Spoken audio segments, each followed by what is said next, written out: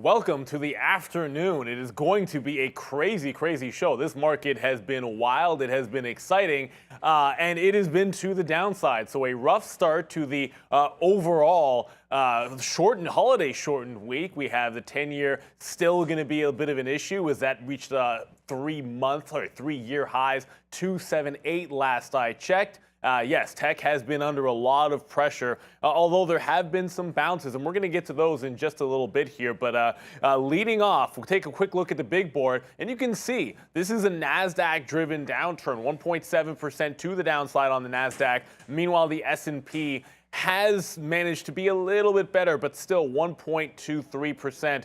The Dow holding things up just a little bit, down just over 0.5%. You'll see TSX in Brazil more muted moves. Crude oil futures are also to the downside to start the week, down 4%, well below that $100 a barrel mark. And it has not been a fantastic day when it comes to cryptocurrencies either. Bitcoin down 5.5%, Ethereum down 7%, that 3K mark being battled almost all morning long for Ethereum. And very similarly, Bitcoin trying to hold that 40,000 level. So a lot of crazy action across the board.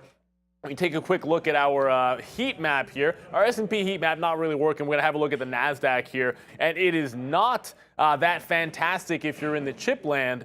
NVIDIA down 5.5%. There was a downgrade. NVIDIA got a downgrade. They're also going to request to issue more shares. So a couple of negative things in their bucket. AMD not quite as bad, down 3%, while Marvell down 3.5%.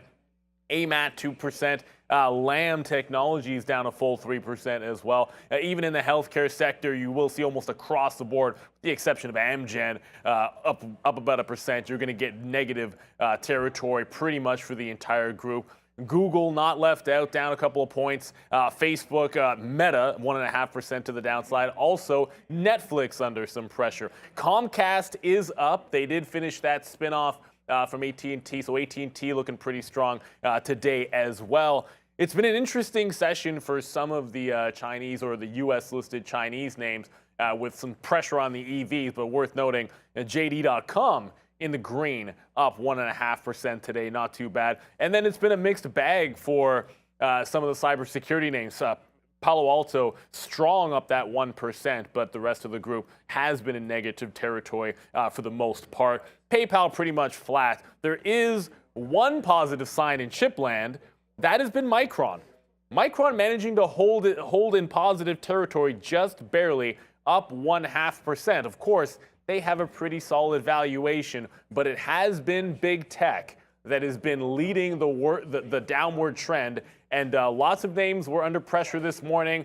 Certainly, it felt like there was going to be doom and gloom across the board for a lot of growth names. And while big tech tumbled, some of those names actually were able to catch a bit of a bounce, as we always like to do around here. There's an opportunity to learn every single day. Winning trades, losing trades, it does not matter. We get right to it. We got Sean at the big screen. He is going to go over one of his trading opportunities from this morning. Let's listen in. Hey guys, yeah, it's your trade of the day today, and this is going to be a learning spot just not only for me, but hopefully also for you guys as well. Look, we came in today with a very negative bias on the market, and the most frustrating thing to me was I actually should have the market up here as well, but the NASDAQ kept on kind of just levitating today. It wasn't doing too much, started to go to the downside, and that's what really started to get me frustrated with NEO, because I was really looking short. We broke the 20 level, and we're going to talk about that in a minute. So I instantly was like, okay, let's go short. We have room to the downside here. I just thought we broke 20. We have negative news. Neil just mentioned it there. Some of the Chinese names starting to head to the downside. We were short Alibaba in the pre-market as well. But unfortunately, it just started to go the other way on us. NEO also complaining about supply chain issues. Like, there was a few things today for NEO, and this is what happened. This is the 20 level, and we marked it down right here, also up here, and I'm going to get to that. As soon as we broke down below, so today's candle is this green candle that's in there, and you could see where it's bouncing between $20 and $18.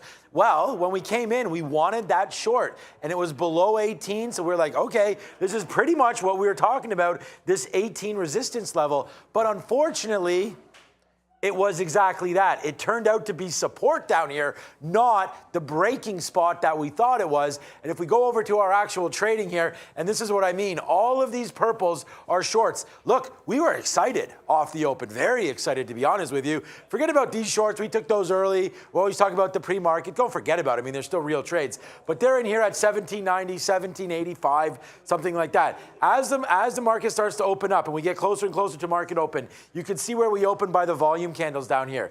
Short, market pops up. We're a little uncertain about things here, but we take the shorts. Remember, NEO didn't open for a couple minutes, so some of the up and down there are just gateways that are going off with not serious volume, but then it starts to open up, and then we start to collapse back down in. So we have a whole bunch of shorts here, sub 18, and our best out today is actually near the low of the day. It kind of looks crazy, but all these are outs because we did have an oversized position in NEO. The NASDAQ was falling down, and we liked that sub 18 level. So there we go. We had that bottom right there in the pre-market of about 1780 or so. Comes back in. We get some 1760s, but this is where it starts to turn sour. All of a sudden, the move comes back up to the upside. So we use this kind of pre-market level here to get more short around 18, 1810.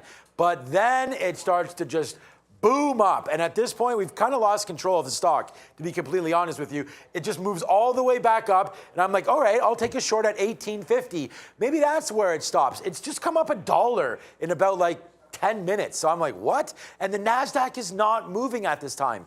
But I look over here, and I was actually talking to Arun as it was happening, and even as we build this segment for you, it's like that support there is almost just as good as this resistance at 20.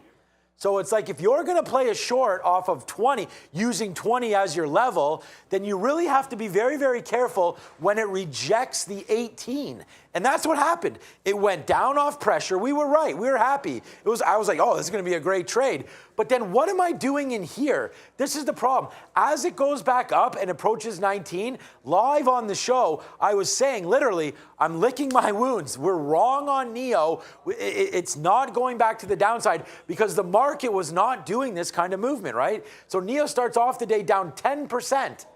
Almost green right now. Completely wrong. Start to get out, so some of the pain is relieved, but then again, I get back into that short mode. I keep fighting the stock. Short again into 19. We don't believe it. I can't believe this. Eventually, we get taken out as it breaks through 1950.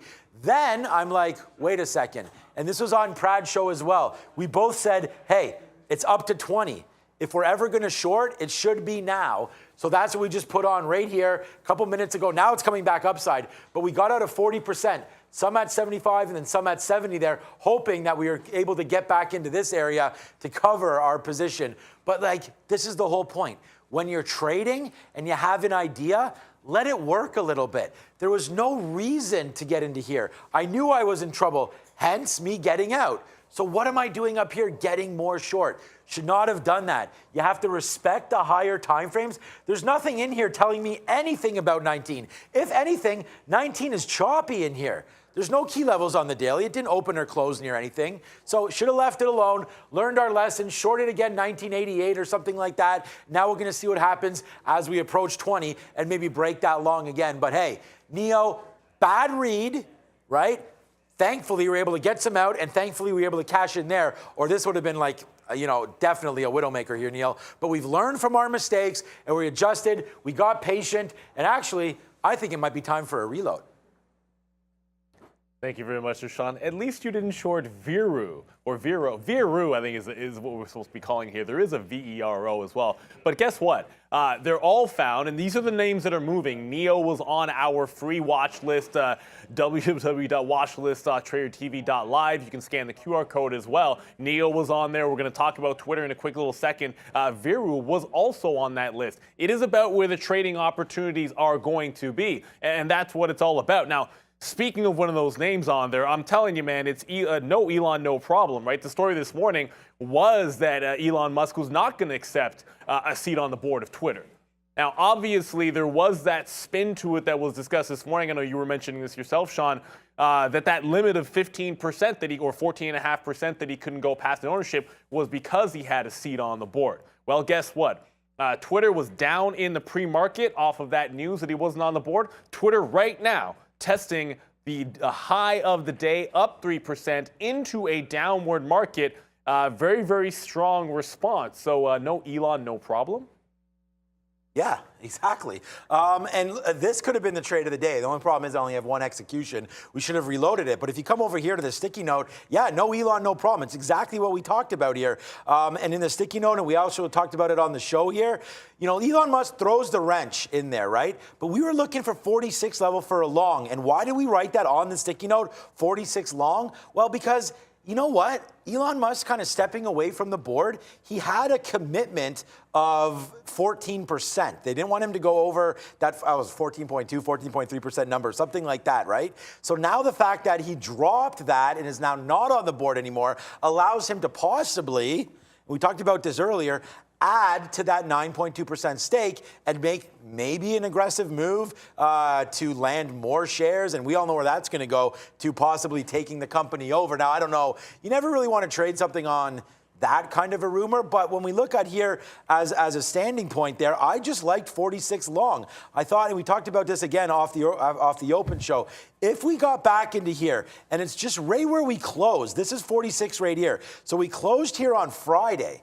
And we're opening up down here near 44.50. So for me, it was almost a real easy long. And it was just like, if we took this down again, we ripped up in the morning on that news, back in there, opened up, and then we tried to take 46. So for me, that was like, honestly, one of the easier trades I've made all day. Well, pretty much the easiest trade I made all day, because it gave a very, and we're still in it, by the way, this gave a very, very clean move, breaking that 46 right there on the daily chart. So there's the bottom. We'll make a little mark there. It's actually 45.90, something like that. So there's the mark. It takes it out. We wait very, very patiently for 46, and boom goes the dynamite. First out, 46.60. We actually had two outs there. I don't know why I was doing that. Well, actually, now that I look at this, it's just sort of that high. So if we're going to use that as a bottom, then we'll take 60 cents there. Then it just rips up, and then we get out at this number right there, 47.35. So in a matter of 1 minute, the second minute, we're taking 60 cents.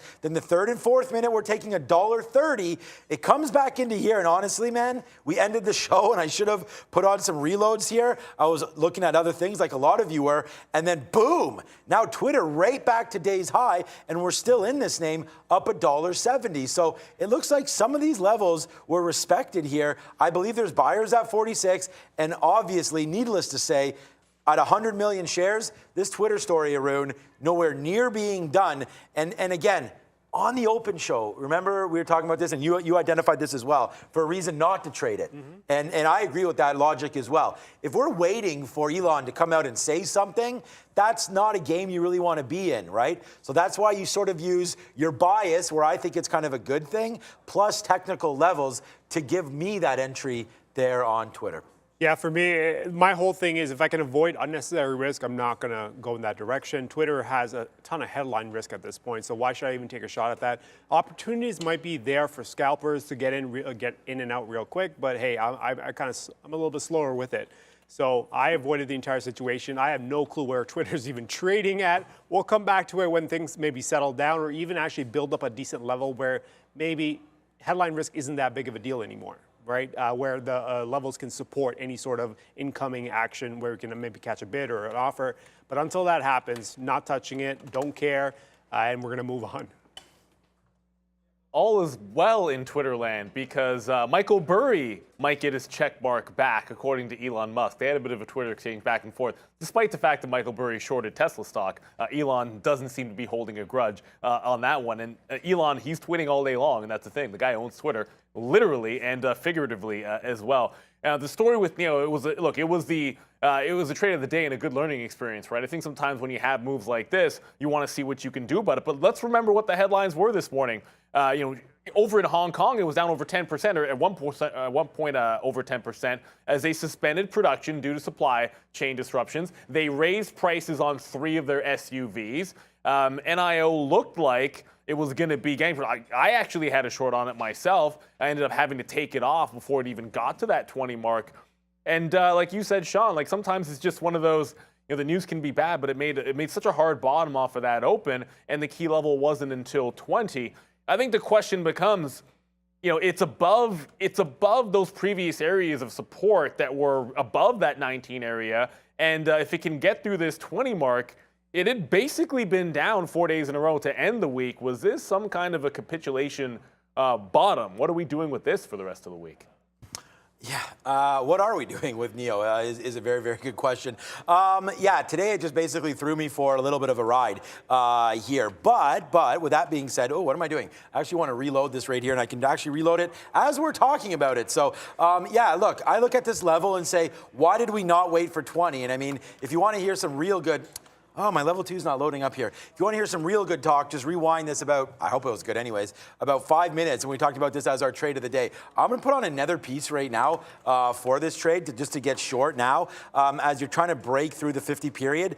But look, the bottom line here was this. Today, we put it on our watch list. It was on the sticky note as well.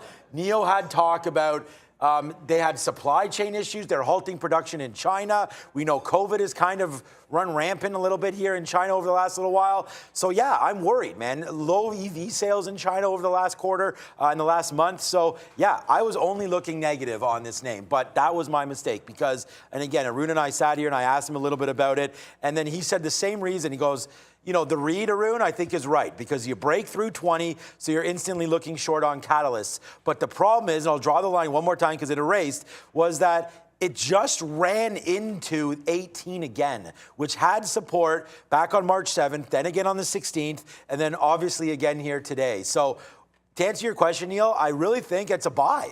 I think NEO's a buy here in that 17, 18 area, and then I don't know. Look, for me, I'm not buying it because I don't really want exposure to any Chinese names right now happening politically and things like that, and then supply chain and COVID. So I don't really know if the truth is coming out of that country, to be honest with you. And it's not a slight on that. It's just as traders, we want to make sure that we have all our ducks lined up. And NEO ran itself right into support. So for me, I should have traded this. I'm really happy with the way I traded in the morning. I have no problem with that. But it's these averages in right here between 19 and 20 that had absolutely no business happening. There's nothing in here at all to tell me that those were good shorts. What was in here was this support and resistance turned into support, turned into resistance from Friday. So we should have used 20 bucks as our ultimate sort of stop and go area, in which case in this situation, it would have been the stop. And it looks like this 1850 break right there was the go. So we've learned our lesson. We've reloaded the short now because we are much more confident that we have this high that's already been put in today. So if it breaks, your boy can get out. But until then, we have to wait for NEO. I'm hoping for a retracement back down here to VWAP, especially with the NASDAQ failing a little bit here. I think this can come back in. It was a great run for NEO, but hey, it's 10% today alone, Arun. We started the day sub 18, and now we're at 20. Yep. So you add $2 to 18, and that's a 10% move. So congratulations to anybody that had that, but I did not. Yeah, NEO's one of those trades where it was tough. You had to get it around 20, and you started $2 to start the day. You started at $2 below where you would have liked to price it. The short could still be in play. The thing, though, is, yes, today the market started off, or not the market, NEO started off low, did a nice little rally, and we're in that 20 area.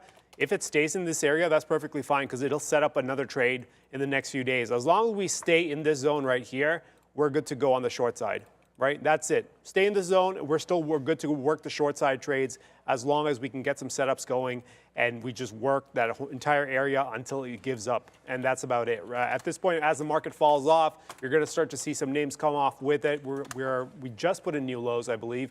22.25 on the S&P 500 futures there. That's a new low. We're back to 24 now. So a lot of activity to the sell side, and we may be picking up in the afternoon to 4,400 is not that far away.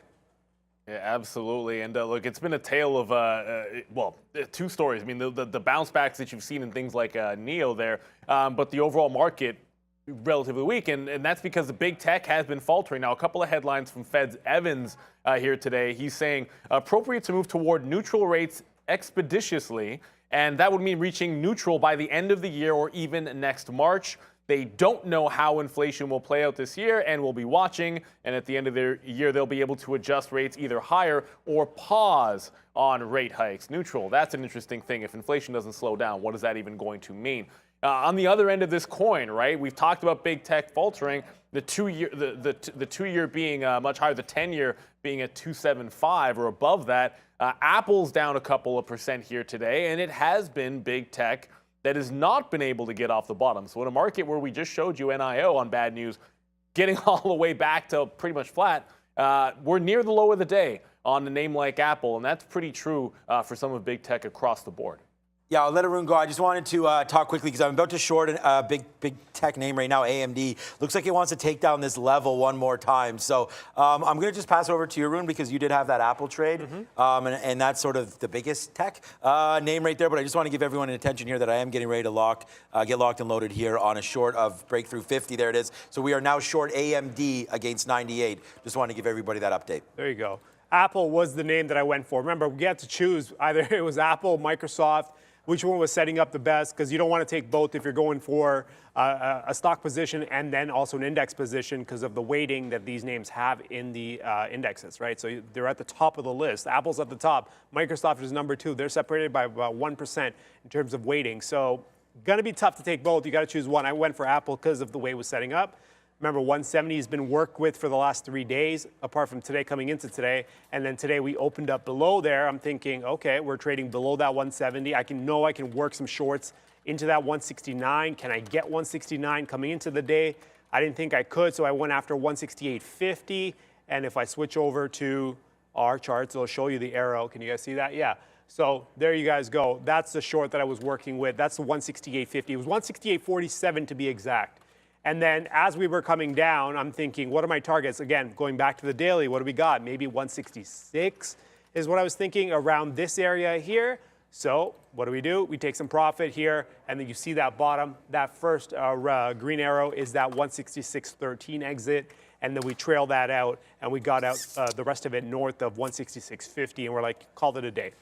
Good trade, about $2 on average. Actually, the first one was about $2.40. Second one was about $2, call it $2, just short of $2 actually. And then we just walked away. We're done. Apple has gone sideways. We have walked away from Apple, but that was the read based entirely on the daily. And going forward, Apple's sitting in a great location. I can rework this trade again and again as long as the trade wants to set up in this same area between 168.50 and 170. I can rework the short multiple times. So we'll see what tomorrow brings. But as long as we play in this side, in this zone, then I can come back into that trade again tomorrow. So I have, I'll just review. I just want to give you guys the AMD trade, so we're in that one.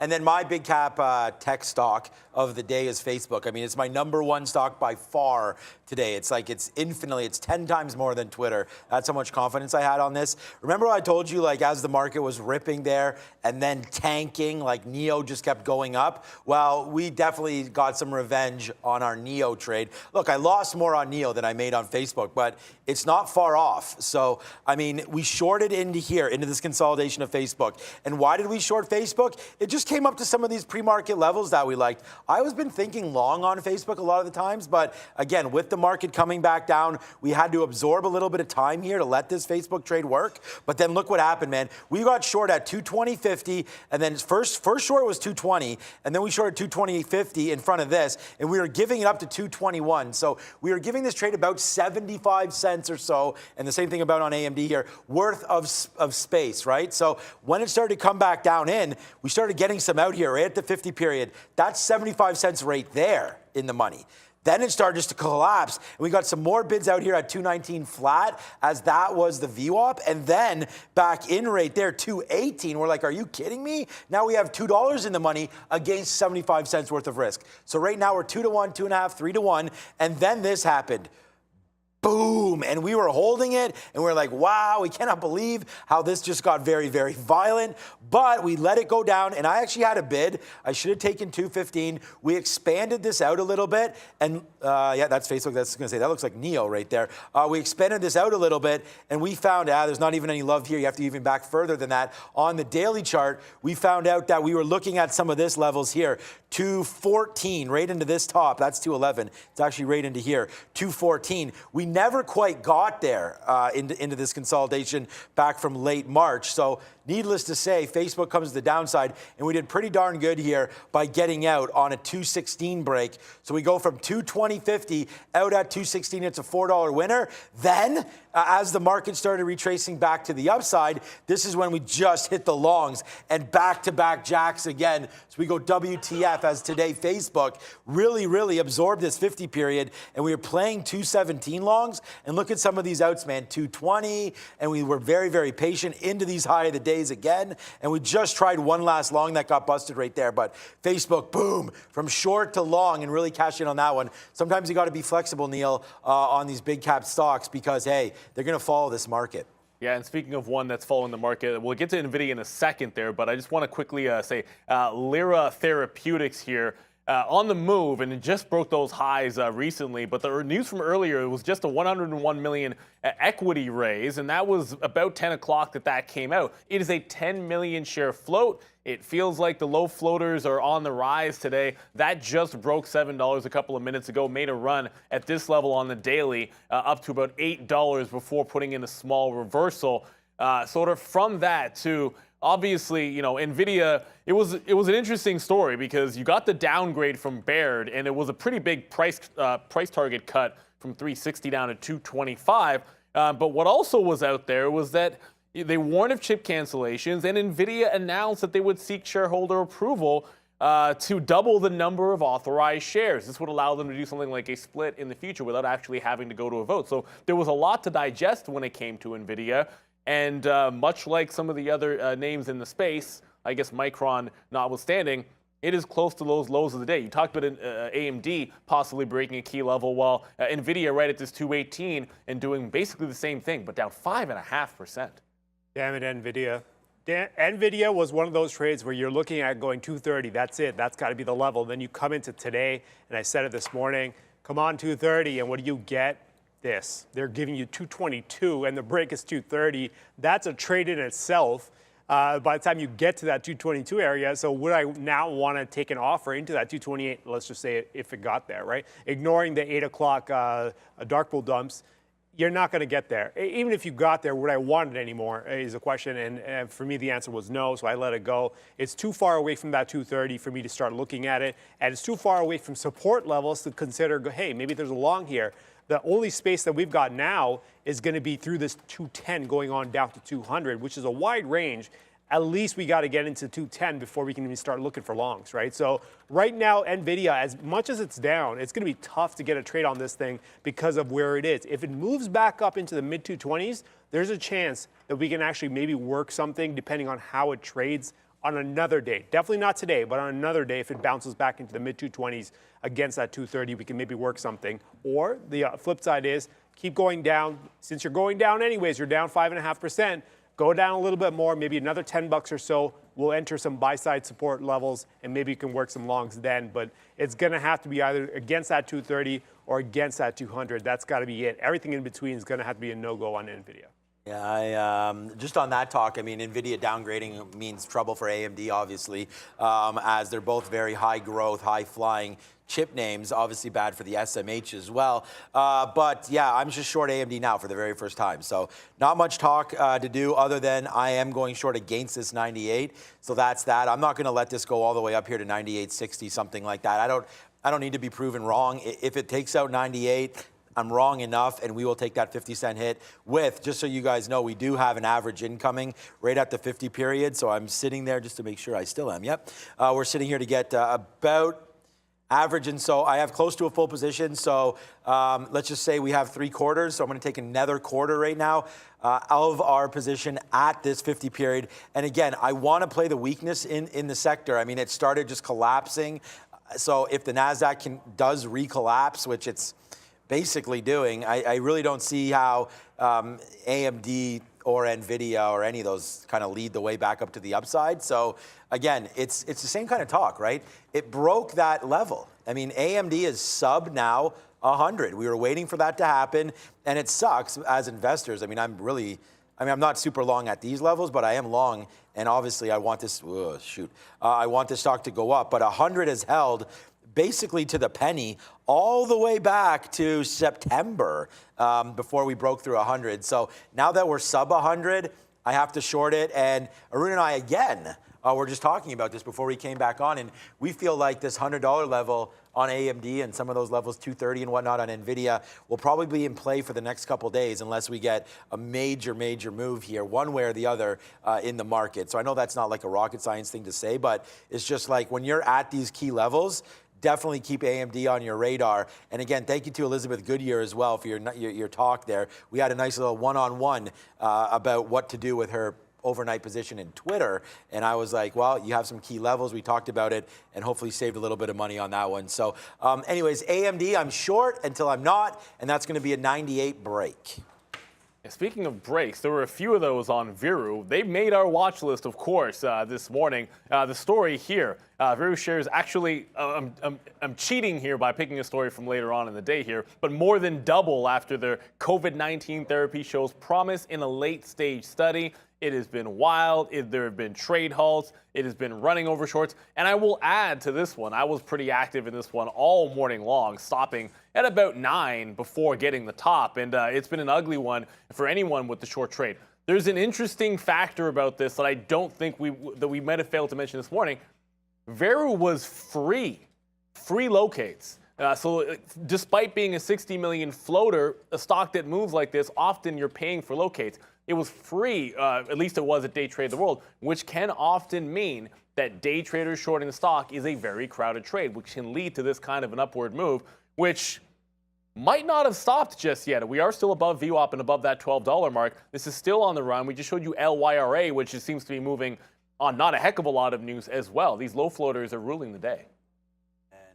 We're laughing here, because you got to have a good time. But I just called up the chart, and the first chart I was on was the day chart. So if you have a quick look here, this is why I was laughing. I was like, okay, time to analyze this. No, but that's just a daily chart here. And Neil just talked about some of the highlights there coming from Veru. Veru Inc. right now, 25% higher off the open, now 185% higher. We had this on our watch list again, reducing hospitalization in patients. So that's a good one. I mean, even though COVID's nowhere near done. I mean, we look at some of the numbers here. It's still running rampant here in Ontario, in Canada, and we talked about China shutting things down. And look, whatever your opinion is here, this stock is moving. And, when you have that, we've seen the Merck pill come through, very, very similar, reducing hospitalizations. This is coming in a little more effective, I guess, and cheaper. So, and a short float of only 60 million shares.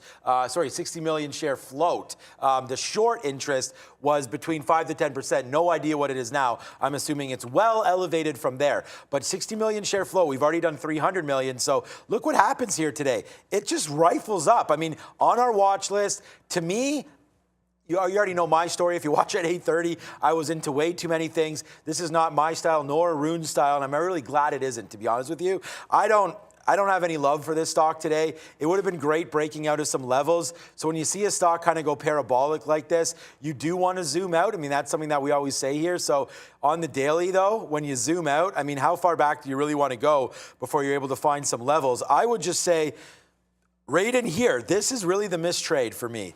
And, regardless of how crazy it's going in the pre-market and whether or not it's your style or not, I think as a day trader, it's your responsibility to look at some of these levels. And I mean, this $7 that we bounced off of here back in July and August, and then again here throughout later and then earlier this year, and then again here in February, it was really that $7 mark that was the one that was missed for me. Forget about where it is now, 12, 13, 14, 15. I mean, a lot of this is shorts getting blown out, but look right here. Like, you can't be short. If you're short, you could be short into 7. There's nothing wrong with that. But it gives you so many opportunities to get out right here at 7 before taking the 750. At some point, you reverse long. And I know Trader Pratt had this long on the first halt, which is right here, 1090. I remember the trade exactly. It was long at 1092, and it opened up basically at 12, giving that flat dollar. Great trade before halting again up here at 1292, and then reopening and ticking up again, 1450. So look, this name gave you some easy longs breaking through $7, but you had to be looking at it and you had to be aggressive, because however this looks on the stock, on the chart, it didn't look like that on the level 2. I mean, right now it's calmed down, but it was taking out levels. People were marketing into 20,000 shares, getting stopped out, so on and so forth. So a very tricky stock, but definitely a missed opportunity for me. That $7 when you zoom out, I mean, if you're short into 7, then you're out. So I think it was a $1.50 or so worth of risk there, and a huge upside move for Veru. So missed opportunity. Wish I had looked at it. My mind was elsewhere with Neo, Twitter, Facebook, and things like that. But Veru, for you small cap traders there, what a monster day you must be having. Or the other side of it. I mean, you could go short and get blown out same way. So it's just one of those tough trades today, Veru. And I congratulate everybody that's long on that name. And I don't know, man, maybe we're not even done. I mean, now we're kind of like bouncing off this 50 period. I think the long, if you're going to take it right now, is a break through 13. I wouldn't do anything else. I was actually talking with Justin about this trade as well. He punched that 7 long. Like, this guy's doing that, the marketing guy, and I'm sitting here like wondering what's going on with it. He punches 7 long and gets out after I talked to him. I was like, bro, this thing breaks here, you're done. It's going to fade back into 7 again. So get out, and he actually took, I don't want to talk about his trade. I think he talked about it on Prad's show, but he got out 1350 right into there. So I think there's some more opportunities here, as right now AMD's getting squozed up here to the upside. Watch out for this 98 here as the futures trying to make a backwards move here. I don't think you're too interested in Vero Arun, so do you want me to pass it back to Neil? I mean, I just got one thing. I've learned my lesson trading this stuff, so I don't trade it, period. I'm not going to say anything. It's just I learned my lesson. I've lost too much money doing this nonsense. You know what? So, no. You know what? I mean, that is... We talked about it with staying in your lane, right? Yep. I mean, we talked about that earlier with SoFi and things like that, and I got carried away with Rivian just because I liked to short Rivian. I went over there. Oh, yeah, by the way, okay, good thing. Fahad last week gave me hell because I was talking about everything and jumping back and forth, but I think we did a pretty good job right here with all of this. So I'm going to get into that, and before I ruin what my frustrating stock is, Rivian, I'm going to throw it back to you, Neil, and then you can lead me into what we're supposed to talk about. Well, I don't think it's going to be too much of a surprise today, really. I mean, if I had to guess, I mean, okay, fine, Rivian is always on there. I kind of feel like you guys know what mine's going to be. And Arun, I don't know, I feel like it had to be like NVIDIA because that was such a great opportunity. But look, we always talk about what is frustrating today. You can't hit them all. But sometimes it's a missed opportunity. Sometimes it just could have been that you could trade it better. So I kind of know where we're going here. But let's hear what your frustrating stocks are for the day. Yeah, Sean, what's your frustrating stock? I mean, I just talked for 10 minutes, bro. I have no clue. Okay. Oh, you're not ready yet? No, I can talk about it. Okay. For me, it's not even the stock that's frustrating. It's the futures. It's the futures. This guy wanted a short in the mid-40s on the futures. Pretty much looking at it all morning. We were trading in the 50s. I'm like, okay, you know what? We got through 45 and change. We snapped back up. This is exactly what I'm looking for. Get through 45, bounce up, hesitate a little bit. And then I'm thinking maybe shorts in the 50s. And what does the market do? It decides that, you know what, we're not done buying in the 40s. I'm like, oh, man, now I got to wait a little bit more. Okay, waiting. And then you see this right around 10:25 into 10:30. We get that move down through the 40s, gone. And I have an offer that's sitting there. It has been waiting there since 10:30 this morning. No fills, still nothing. I've been looking for this short on the bottom end because we've been working this 45 for days now. So the fact that we finally got that break and we got that movement below, obviously I've been waiting for it since the 6th for this short to come through, nothing. So here I am waiting, still leaving an order there, still 20 points away, waiting for a fill. Maybe by the end of the day we get something, nothing. So you know what? That's the frustrating one because if you remember, for anyone who was watching on Friday, I was holding this short at 90. Right, 44.90 pretty much went 25 points against me, came back in. We walked away with like a 10-point winner or something. And I'm like, I really like this short. I want to hold it, but we ran out of time. I was hoping that we could reload that short in that same price range. Okay, no chance of that. But then maybe the secondary option is 45 break, see if we can get the short there. Still no chance at that. So here you are waiting for a trade that you ran out of time on one day and then won't give you the fill on the second day. That's my frustrating one. I don't know if Neil was leading that he was going to do a frustrating stock, but I'll do mine now quickly because it's just Rivian. And honestly, I've been wanting to get short this name forever, and we do it. And I make a lot of money shorting this name. But unfortunately today, and this is where it's a little bit frustrating. So, you know, it was trading down here like 37, 38. And so for me, I was like, if we can short anywhere kind of where we closed, because I had a bias for the NASDAQ to be down today. So I was like, okay, the NASDAQ's going to be down, which it is. It's basically at lows right now. And check out, I'll put this forward where Rivian is right now. It's still upside Rivian, up 3%. Can't believe it. I still can't believe it. But anyways, it came in. And I was like, okay. And remember how happy I was? I took like a 30 or 40 cent win there. And I was like, okay, yeah, man, we got Rivian. Let's go. I really hope that we can get it back into 39. And then we'd be really, really happy if it came up to 40 and we're able to short that. But the problem was, and this is the thing, this is why it's frustrating for me, I was already getting wrecked on NEO. And I'm sitting here like, is there any news on Rivian? Is there any news on the EV space? And I actually shorted Tesla as well and got ran over on that short. So I was like, no, man, there can't be anything. And then into this level right there, 41. But by this time, I'm already short 39s and then 41s. When it took that out, I was like, oh my God, now what have I done? So we made a little bit of a mess here on Rivian. But again, it wasn't really on my radar. And when I'm, and this is what I'm trying to do better again, and we all are, I feel like, this is what this community is so good for, is that when I'm already getting sort of a misread on one name like NEO that's in the EV space, I really shouldn't be going over to another EV name and basically putting on the same trade. So I almost like doubled my losses by this. Now look, were we completely right? I mean, I'm gonna go like, oh my God, because we almost were. If I just held all the way back, we would have won on this trade. But that's not, you know, the style that I'm rolling with. I get out, I was like I was saying, I couldn't believe it. There was really no news. We kept going back to Neil for it. He did a great job looking. I was looking on Twitter. You guys were helping. And there just really wasn't anything. Supply chain issues, you know, hard to get not natural resources, I guess natural resources, but with China having issues, Russia, that's still not going anywhere. You know, I thought that the EV space was the one to short. Definitely wrong on that today, and we did pay the price. But again, we are now holding a small short. We were well in the money. We re-shorted it right there at 41.50, so we made money back. We tried another short in there, got out, and so that's what we're holding right now against us. But we did, well, for us, 10 cents. But we did have that trade on, and hey, we reloaded it, which was fine. But again, should not have doubled up on the EV space. Bad call. Before we go to Neil, I just want to clarify one thing. Position board, it shows Neil's long. That's actually more of my positions. So the Caterpillar and the TJX longs, those are mine, not Neil's. People are like, Neil's long on something? What? No, that's mine. We had it fixed, guys. I don't know if we can fix it mid-show, but those are my positions. Just be aware of that. I do own shares of Caterpillar. I love the company. Why not, man? They had the Golden Cross recently, and we were talking about that maybe a couple of weeks ago as well. I'll throw mine in there if you guys want. And we talked about Viru already, so I'm not going to need to go down that row. Like, that's getting run over tenfold. But there's always an opportunity cost, right? Because if you're focusing on something that isn't making sense, then something that does make sense, you're going to miss out on. On our watch list was IVDA, and this was a pretty clean stock. If you watched this morning, it gave you the high.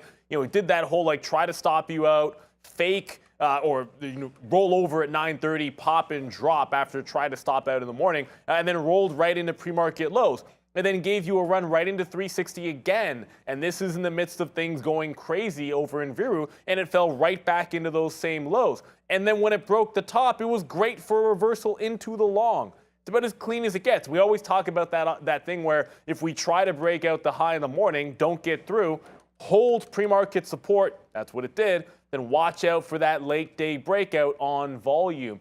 Now, if there is a stock that I should have traded for 200 some executions, it should have been this and not Viru, but that's what's going to happen to you sometimes when you're focused in the wrong spot. I just want to quickly go over to, we didn't really, I know you mentioned it there, Sean, looking at Tesla. I tried Tesla as well at that 1,000 level. It's kind of hard not to when you see a level like that, but in truth, Tesla did fail that 1,000 level after all, and it's not near that low of the day, but it's just above that pretty key 980 mark. I mean, 980 was a pretty solid area of support, you know, the last time we broke out from these prices. But Tesla is down that 4%. It hasn't managed to make a full recovery, kind of like NEO did. Look, I mean, me and Neil, obviously, you know, sitting beside each other, we always have similar ideas, and I mean, I think that 1,000 was a good break. I don't have a problem. Like, I don't look back, and I think like what Neil said there, I don't have a problem looking back and being like, why did I do this? I mean, I know exactly why both Neil and I don't know his positions. He's up there, but yeah, shorting this 1,000, that's exactly what we did. We shorted here 997. And the first time I thought I got it was right here. And I don't know how I missed it, to be honest with you. I think I just must have pushed enter and then it just ran against my order. It went all the way down at that time, $7. And my first bid there was going to be, or was at 990. So I don't have a problem with that. But then it took off. It broke that 1,000. We let it dance a little bit to eventually we got out 1,002. So we wound up taking a $5 hit when our target was going to be 7. And then it went up to 1,010 or 1,008 or so. So I feel good about that. We were able to get out of the way of that big move up. In case it continued, I wasn't going to be a part of it. So pretty happy with it. The only thing really, you know, and again, just not looking at it, and this is the problem with the show, and it's not about blaming it. I mean, we're responsible for all of our trades. It's just that I think it was, the 1,000 was so good that it was worth a test again to the downside. So that's really where, I mean, this could have been the frustrating stock of the day. Not for how I traded it. I think I traded it fine, even though it's a loser. It's not reloading that short on that 1,000 break again. And again, hindsight is 2020. You're looking at the chart and it looks obvious. But, you know, once it resisted up there, obviously I'm willing to hold it $8 against me. I proved it right here, although it was only 5. That's because we had that level. This time we would have had that level. So I think it was well worth the hold, well worth the shot again to that upside. So unfortunately, you know, Bob's your uncle and Tesla should have been shorted a second time, but I'm not going to be upset for missing that. It's just something that was, again, when you're at those key levels, just kind of like NEO right now, as it bumps back up to 20, it's like it's at a level. You should probably take advantage of that. So missed opportunity there on Tesla, breaking back south side through 1,000 again. Yeah, I got nothing for Tesla. I don't trade Tesla, as you guys may know. I have a certain price limit cut, so anything above, for me right now, it's about $700 or so, anything north of 700. The reason I choose these numbers is because of my ability to read the tape and the volume. I also try to factor in for volatility and whatnot, and Tesla's just absolutely nuts at 1,000. Right? Once it gets underneath 700, volume thickens up a little bit. It's a little bit easier to read, but and that goes for a lot of these names, right? So I just have my cutoff. Anything north of that, I'm not touching it. I kind of lean towards the $100 to $300 names, anyways, or not $100 to $300 names, anyways. But anything in the 700, north of 700, definitely not touching it. Neil? So every single day here live, you get to see professional traders do their best to make money and show you their trading ideas. But the question becomes, how do these same traders, I'm talking about us all here, how do we prepare for our day? Because preparation is everything. It's not just about, you know, what are you looking at in the morning? What is your order of operations? How do you get your mind right to head into that trading day? Because trading is a battle. We all know this and we've been doing it for a long time. So today we're going to talk a little bit about how we prepare to be successful for your trading day. All right, good. I mean, I think, Arun, this is one of the more important topics because if you don't come in the right mindset and not prepared, even for us, like when we were switching some of our desks over and like preparing the new studio and whatnot, it was kind of like, oh, you know, like now my stuff is over here. My monitors are even tilted a little bit, or, you know, where's my pen? Things like that. So I think as traders, we definitely are creatures of habit, and I think that that's normal, and I think that's fine. And so with that being said, I do the same routine basically every single day, and that is first of all, grab a coffee. Shout out to my wife for that one. So we have this coffee here. So we have that and we know we got it. We fill up our water bottle as well. And we have them all right here. So we don't have to get out of our desk. If anything happens, we're well prepared. We've got our sort of fuel. Here it is. Yeah, right here to the fire. And then here's our little setup here. So, all right. So what I first do is, and again, self-promotion. Here we come. But honestly, I don't know a better watch list, especially one for free. So I go over to watch list on tradertv.live. And honestly, Brendan, Neil, everybody, a part of our whole team, does a great job filling this out with ideas. And I mean, first idea, Twitter, second idea, Tesla. And what these are moving stocks. And it's like a self-done screener for you, including at the bottom. We've also done a great job here of putting in, there's that Viru name here. Look, we had it at 22%. It's up 180% right now. And here's the reasons why it's up. So things to look at. And there's IVDA and a couple different names on here. So first of all, have a look here. And then I do my own work. So you never, ever want to be one of those guys, and I'll just call it up here. You don't have to zoom in on it or anything. But I put out then a sticky note. So I have these notes right here in front of me every single day. And then I do my own work. So, okay, so Twitter's on there. So then I look over and I say, okay, what can I do with Twitter? And I find levels that I like. I build a bias one way or the other. And that's really what's helped me with my trading. And it didn't help today with NEO, but the point is that I try to find a stock that I like and then give myself reasons why certain levels are key. So to answer the question of the video, morning preparation and what we do to get set up, for me, I make sure that I have things in front of me, my sticky note, my pen, the coffee, the water, hey, what's up? Things like that. So we get really ready for preparation so that I'm not flustered when we're trading, right? Got to make sure the keyboard's here, things are clean, and it's just, you're ready to rock and roll. Check your internet connection. Make sure everything's good. And we're lucky enough to be here on a professional trading floor, so a lot of that's handled. But I really think setup and then screeners, man. Get your screeners ready, pick the levels, and then stay in your lane. That's the point of the sticky note. I give ideas that I like.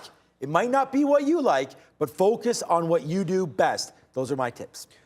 For me, it's a little bit, you got to get your mind right before you even step in front of your computer or in front of your keyboard, right? So for me, I start my day off a certain way. Whatever can get you to a point where you're very on top of things, you're level-headed, you're clear on what you need to do, and you can just approach it and just execute. That's all it's about. Everything that you need to do is done off when the market's closed. And then when the market's open, it's game on, and you got to just execute whatever you need to do.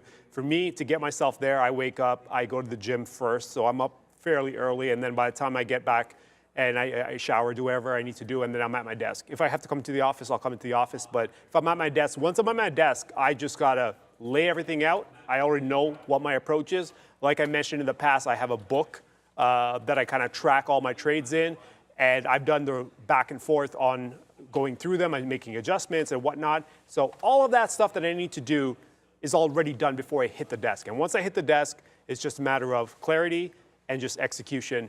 So you do have to put in, as much as you've got to handle all the small things like your computers and keyboards and internet connections, all that stuff has to be handled because you don't want to deal with it as the market's about to open.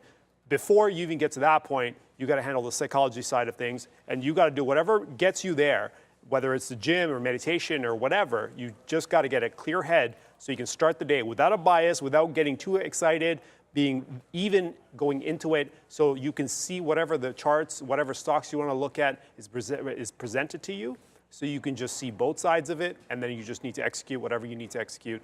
So that's my approach. I need to be in the gym in the mornings for me to get to that point, and everyone has a different way of getting there where you can be level-headed, and you just got to find yours. Yeah, absolutely, Arun. I'll quickly add to that because I think it does matter, and you got to get a good night's sleep, and that's where it starts for me. I have a general rule: if I don't sleep well that night, if I get under 5 hours, it sighs down on the day. All of my worst trading days have been when I either got less than 5 or maybe I had a little bit too much fun the night before. So one of the things I do is a mental check. I wear one of these to see how my recovery has gone, and if it's poor, then I want to size down. And like you said, make sure everything is laid out for you. Go through things step by step in your process. What stocks are you looking at? Go through all of your screeners. Try not to miss anything and have a routine. That preparation, it's the same every single day. If it gets violated, then sometimes it can be a bad day for you. There's nothing wrong with learning from someone else's routine, but you've got to have your own. That's why we just went over what Sean does, what Arun does, and what we try to all do to get ready for the trading day, because it is a battle out there, and you want to make sure you're prepared for it. So there we go, guys. And look, the market's still starting to move here a little bit. Like we're just talking about Tesla, but I want to quickly come back over to Veru, because I don't know if you were looking at that 13 break, but 13 broke. It did test up towards that high of the day. That 14 didn't quite get there, but Veru is once again on the run. That is not a typo. It is up 208% today and has done 300 million shares worth of volume. That's 5 times its float. 5 times its float. It's not as much volume as it was earlier today, but still pretty impressive. Yeah, pretty impressive, but nepa for your boy, because honestly, there's too many war stories out there about stocks like this where you just get absolutely destroyed. But the thing is that doesn't mean that you're not supposed to trade it. I think there's been obviously some traders on our floor lost money. I know it was one of Neil's frustrating stocks there, as with that IVDA. We can even look at that as well. But again, we talked about it, and it's funny because I didn't take it, but I said just 10 minutes ago that this 13 break is probably pretty legit. So if you had that, you could have got out again near these high of the days, up to 1380, 1370. So for me, at this point, forget about everything else, man. Forget about the rhetoric. Forget about what it's up 207%. Forget that we gave it to you at up 30%. We talked about that on the watch list. But I just think you got to just keep respecting levels right now when you're looking at stocks like this. So if you're long, you know, I would get out again. Forget about this 13. You're trying to make some money. So if you're long 13, I think you could try to hold it. But I don't want anything like this to break on me if I was long in this name. Like if you break this level right here, 11 bucks, then yeah, that's that first halt level. I know that a lot of traders, including myself, I've now paid for shorts. I'm just waiting for this thing to halt to the downside. We only got one halt there upside, then yeah, I'm on this, Brad. One halt there upside, then another one right there, creating two halts. So yep, good. Pratt, and again, this was happening during his show. So very aggressive moves upside there. Did you ever wind up putting anything on or no? Not on the short side. Yeah, right. So Pratt's big trade there was this first halt, and that's sort of the same thing that I'm trying to look for now. I'm trying to look for the first halt down. So when it starts to halt down, then I think that people will start to panic, and the pressure then becomes on the downside. Because again, remember, a halt has to be a 10% move. So if this is going to halt to the downside, unless there's news pending, of course, which could happen, share offering, you know. And again, I don't want to hear people start to message me again, or Arun, or Neil, and definitely don't message Brendan, who's on vacay, although he'll probably get back to you. There could be a share offering. And when this kind of stuff happens, some of these biopharmas and things like that, they need more capital. They need to invest in more machinery, so on and so forth. The owners want to get rich, so they will now also get rich off your money. They want to announce another share offering up here because they've just seen this move 200%. So for me, I'm waiting for that first halt to the downside, hopefully catches people off guard, not you, because if this drops 10% from 13, that's not even going to get to 11 before it halts. So imagine this thing halts here, 1150. What's going to happen when it opens sub 11? All right, then I think this opens up the downside, and I'm not trying to be like a Debbie Downer or anything like that, but just please watch out for your positions here on Veru. If you're in it with a decent amount of shares, maybe a great swing trade, but please watch it. If it starts to push and all of a sudden you're down whatever percent it's going to go down, watch out for that halt. We'll try to call it out for you live on the show. I do have it up on another screen. I know Neil's going to be lighting this up as well if it does halt to the downside. So let's watch out for that as a group. But for me, I'm not trading anything now until we break either the high of the day, which would be this 14, and then you have to watch out for 1460, or a halt, which for me, my money would be on the halt rather than a high break. But hey, it hasn't halted to the downside yet, so. I think for this stock, when you see what it's done, as Neil mentioned, it's done a crazy multiplier against its average daily volume, right? 4 times. Right, 4 or 5 times against its daily volume, or against the float. I think Neil's against the float, not even the daily volume. 60 million share float. So so 5 times against its float. So a lot of intraday trades obviously being made, right? So what you have to now figure out, and I'm very curious to see how this plays out, is who's going to get out first. Because you know there's a ton of shorts on the table intraday, and you know there's a ton of longs on the table intraday. Who's going to blink first? Because whoever blinks first, this stock is going to get waved, or there's going to be a big wave in that direction, because a lot of people, I would imagine, are going to be making a move for the exit soon. And it's just a matter of which side is loaded heavier. That's going to be the very interesting thing to watch as this stock goes into the close today. On a multi-day basis, that's a different story. But on an intraday basis, because of how many times it's turned over its float, you got to watch out for that, especially as we near the final hour of the day. Is there going to be an imbalance on this? Possibly. Typically, there wouldn't be on something like this, but could possibly a decent-sized imbalance that you got to watch out for. That comes out at 350. There's a lot of things, a lot of games that can still be played in the final little bit.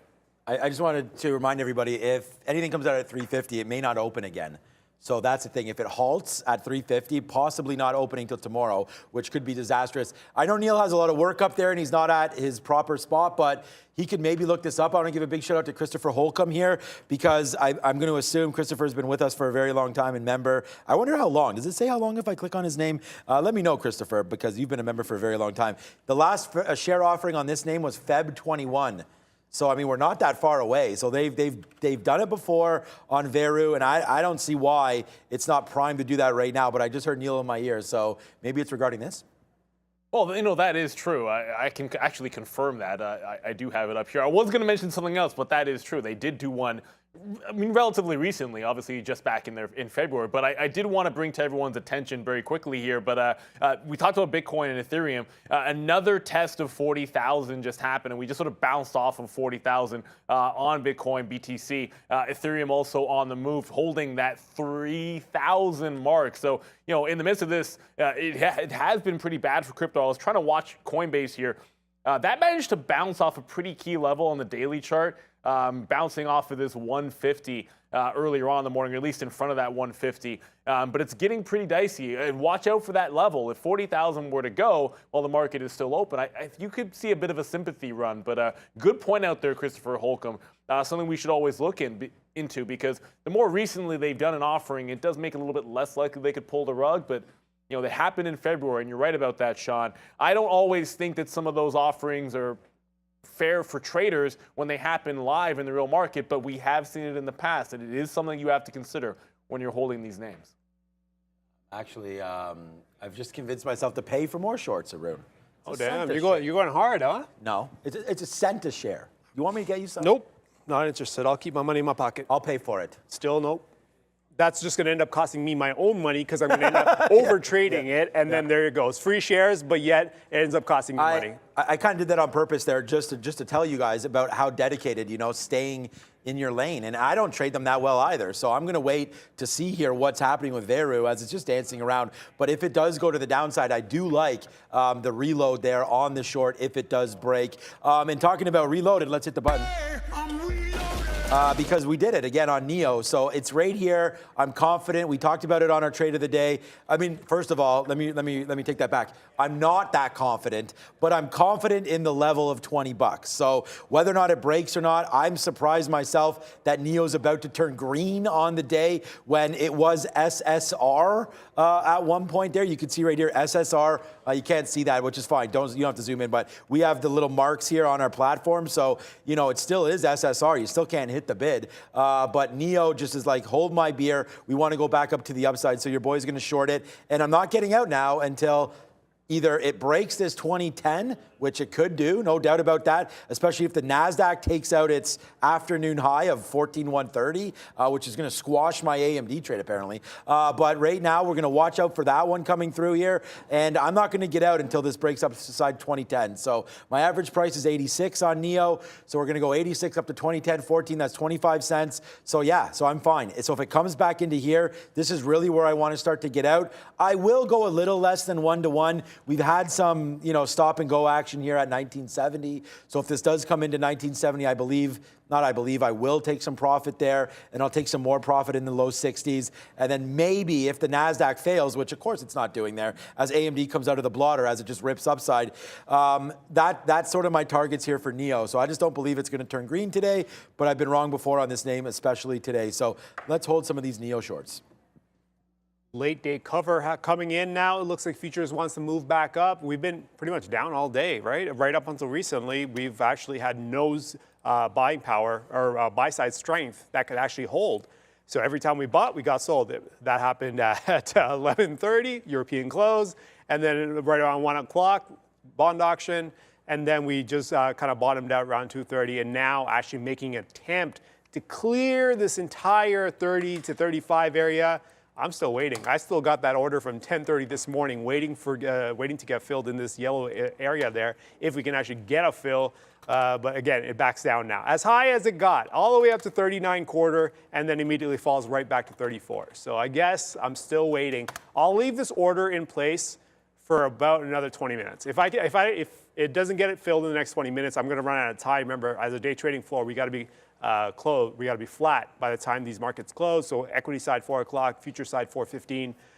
If we can't carry them overnight, so there's no point in me taking a shot that late in the day and letting it or hoping that it works out, because I'm not going to have enough time to let it work out. But for now, 20 minutes or if I can get a fill. If I can't get a fill in 20 minutes, it's a no-go on the future side, and we'll just have to come back tomorrow and maybe reassess what we can do. But I'm still going to work those 40s into the 60, 65 area, see if we can actually find a trade. Now that we've got the blotter fixed, as you can see, I am long CAT. Heyo. And I am long TJX, which are both out of the money, by the way. So it's not like not a whole lot to be proud of. But So change it back to Neil's then. they're perfectly fine. I'm okay with the risk I'm taking here on Caterpillar and TJX. As you can see, Caterpillar was great, I found, north of 218, and then we just died off. This was kind of the chance that we had around 1215, and then we just kind of fell right off to 217. So maybe another attempt at 218 gets going.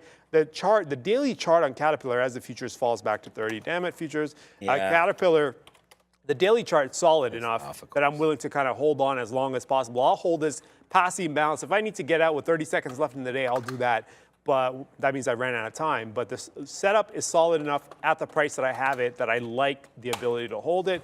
And then TJX is just similar idea. It's out 48 cents. The risk isn't high. I was looking for the breakout. If we lose another 10, 15 cents on TJX, I'll just call it a day and walk away from TJX. We were looking for that little breakout move. This is a daily, by the way. So we're holding onto those two longs as the futures now has broken 30. Just as I think, hey, you know what? Maybe there's a chance I get filled on this move up towards the mid-40s. Nope. Instant turnaround, and here we are back underneath 44.30, thinking that, you know what? I don't think I'm going to get these shorts today. Yeah, so unfortunately, we're going to stamp a big fail on this AMD trade because look what happened, man. We got stopped out, quite frankly, at this 98.60 break. And yeah, that was the high. So we retook the short again. So got stopped out. Now we're short. You could see 30s. So we gave up 30 cents there on this AMD short, which is really honestly like, it sucks. But we did reload. So now we're back into that short. And again, it's just the futures. What are you going to do? Like, ticked out there. Obviously, it didn't get to that high. I wasn't playing the futures. I was playing AMD. So AMD did take out that high right there. So we got out. And now we're taking, I mean, that's a 30-cent hit. It's about as clean as it can be. This is the short right there, 98.36. Out 90, maybe it's even less than 30 cents. Out 98.64. So give or take some slippage back and forth there. Plus, my price probably isn't super accurate. Yeah, it actually was. So out there, 30 cents worth of a hit. Now we're back into the money, as you can see now, 40 cents back into the money and took out about 10% there, 5% each one. Now we're waiting for downside protection here and see if we can get to that and then a break of VWAP. And then hopefully we'll be able to make all of our AMD money back as it's going back down to the downside. And what else is working right now is NEO to the downside. That's starting to work, but not very aggressive, man. Look at the futures, tick, tick, boom. And NEO right now saying WTF. We're not going anywhere. So let me reassess this NEO position and throw it over to Miss V. Hey guys, Power Hour has officially begun. I hope you're all in a profitable territory. And team, please don't forget to like this video. We have 3,300 people watching, only 400 likes. We can definitely do better. Please support the community. Likes are free, but means so much for us. Back to you guys. All right. Thank you, Ms. V. Yeah, please hit the like button. I mean, got my man here for another 3 days, 3 more full days. And then remind everybody that this Friday is, of course, Good Friday. So celebrate it with your families if you do that. But the markets are closed. So, yep, we will not be here on Friday. And then Monday, Brendan, off of, obviously, well-deserved holiday, will be back in the seat. And then me and my main man, Mr. Roberts, will be back in here trading with you live on Monday, whatever that date is. I guess add 7 days of today, the 18th. We'll be back as a full team here. But right now, I just took out another piece of NEO, just realizing that we're at that 50 period and also realizing that although the market just fell there, NEO didn't do anything. So we took out a small piece, and by a small piece, I mean 10% right there. I'm still holding out for low 70s and then eventually low 60s, but it's looking more and more like NEO may exactly want to take out this level. I'm actually not going to hold it to today's high now that it's shown me its hand here. I'm going to give it to this 995 level, possibly. Let's just, I mean, is there any size here? I'm going to throw to Neil in a second, guys. I just want to see, is there any size at 20? It doesn't look like it. So let's reassess this when we get back from Neil.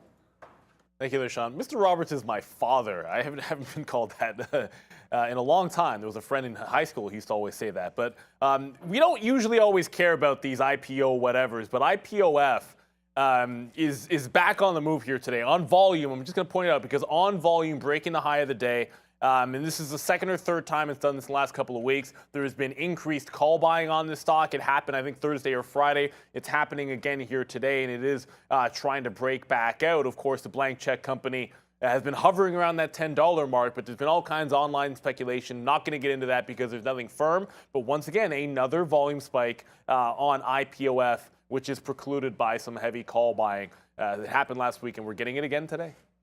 I was looking at the chat. There's a good reminder, actually. Something we got to watch out for. Everyone has to watch out for tomorrow. CPI numbers. Yes. You know, everyone's watching Fed and what they can potentially do, and that's what's moving the markets a lot between that and what's happening overseas. That's all you're getting in terms of headline news and headline risk. CPI numbers, that's going to be something that everyone's going to keep an eye on, and depending on how they come out. Interpretation, leave it to interpretation, because that's what it is at these points, right? Because we've already, the Fed's already declared how they're going to go, and it's just a matter of what's next now, right? Is there going to be an accelerated pace? Is there going to be slight changes? This is one of the big things that you look at when it comes to what can now the Fed do in terms of adjustments, and could they now change course a little bit more aggressively? CPI numbers, big deal. Keep an eye out, 8:30 tomorrow Eastern time. So right as the show starts off tomorrow, CPI numbers will be released. Neil will be bringing it to you as soon as they come out, as soon as we get the show started, and the market's going to be volatile. So we're going to get that started tomorrow with a hot ticket item in terms of the CPI numbers. And I'm just quickly taking a look at what they're expected to be. And I'm just, you know, I'm sure each website has a different consensus, but it should generally be the same. It's they're expecting 6.6 with a 6.4% previous. So we'll see if any adjustments were made on the previous, and then if that 6.6 comes in, we'll see how much of a difference it is. If it comes in line, not that big of a deal, right? Depending on the adjustments for the previous one. But if there's a big adjustment or big deviation from that 6.6, watch out now, because in terms of a holiday shortened week, you know volume dies off. So if this is going to be the day where you get that volume, then you got to make the most of it. The day you get that hot, heavy volume to come through. And then we'll probably, as we get closer to that Friday close, or the close day of Friday, so Thursday close would be, it could be muted depending on how tomorrow and then Wednesday would come in terms of volume, because it could just be everything's done, and then Friday is an extra long weekend to bring it for most people anyways, if they needed to do that after the CPI is out.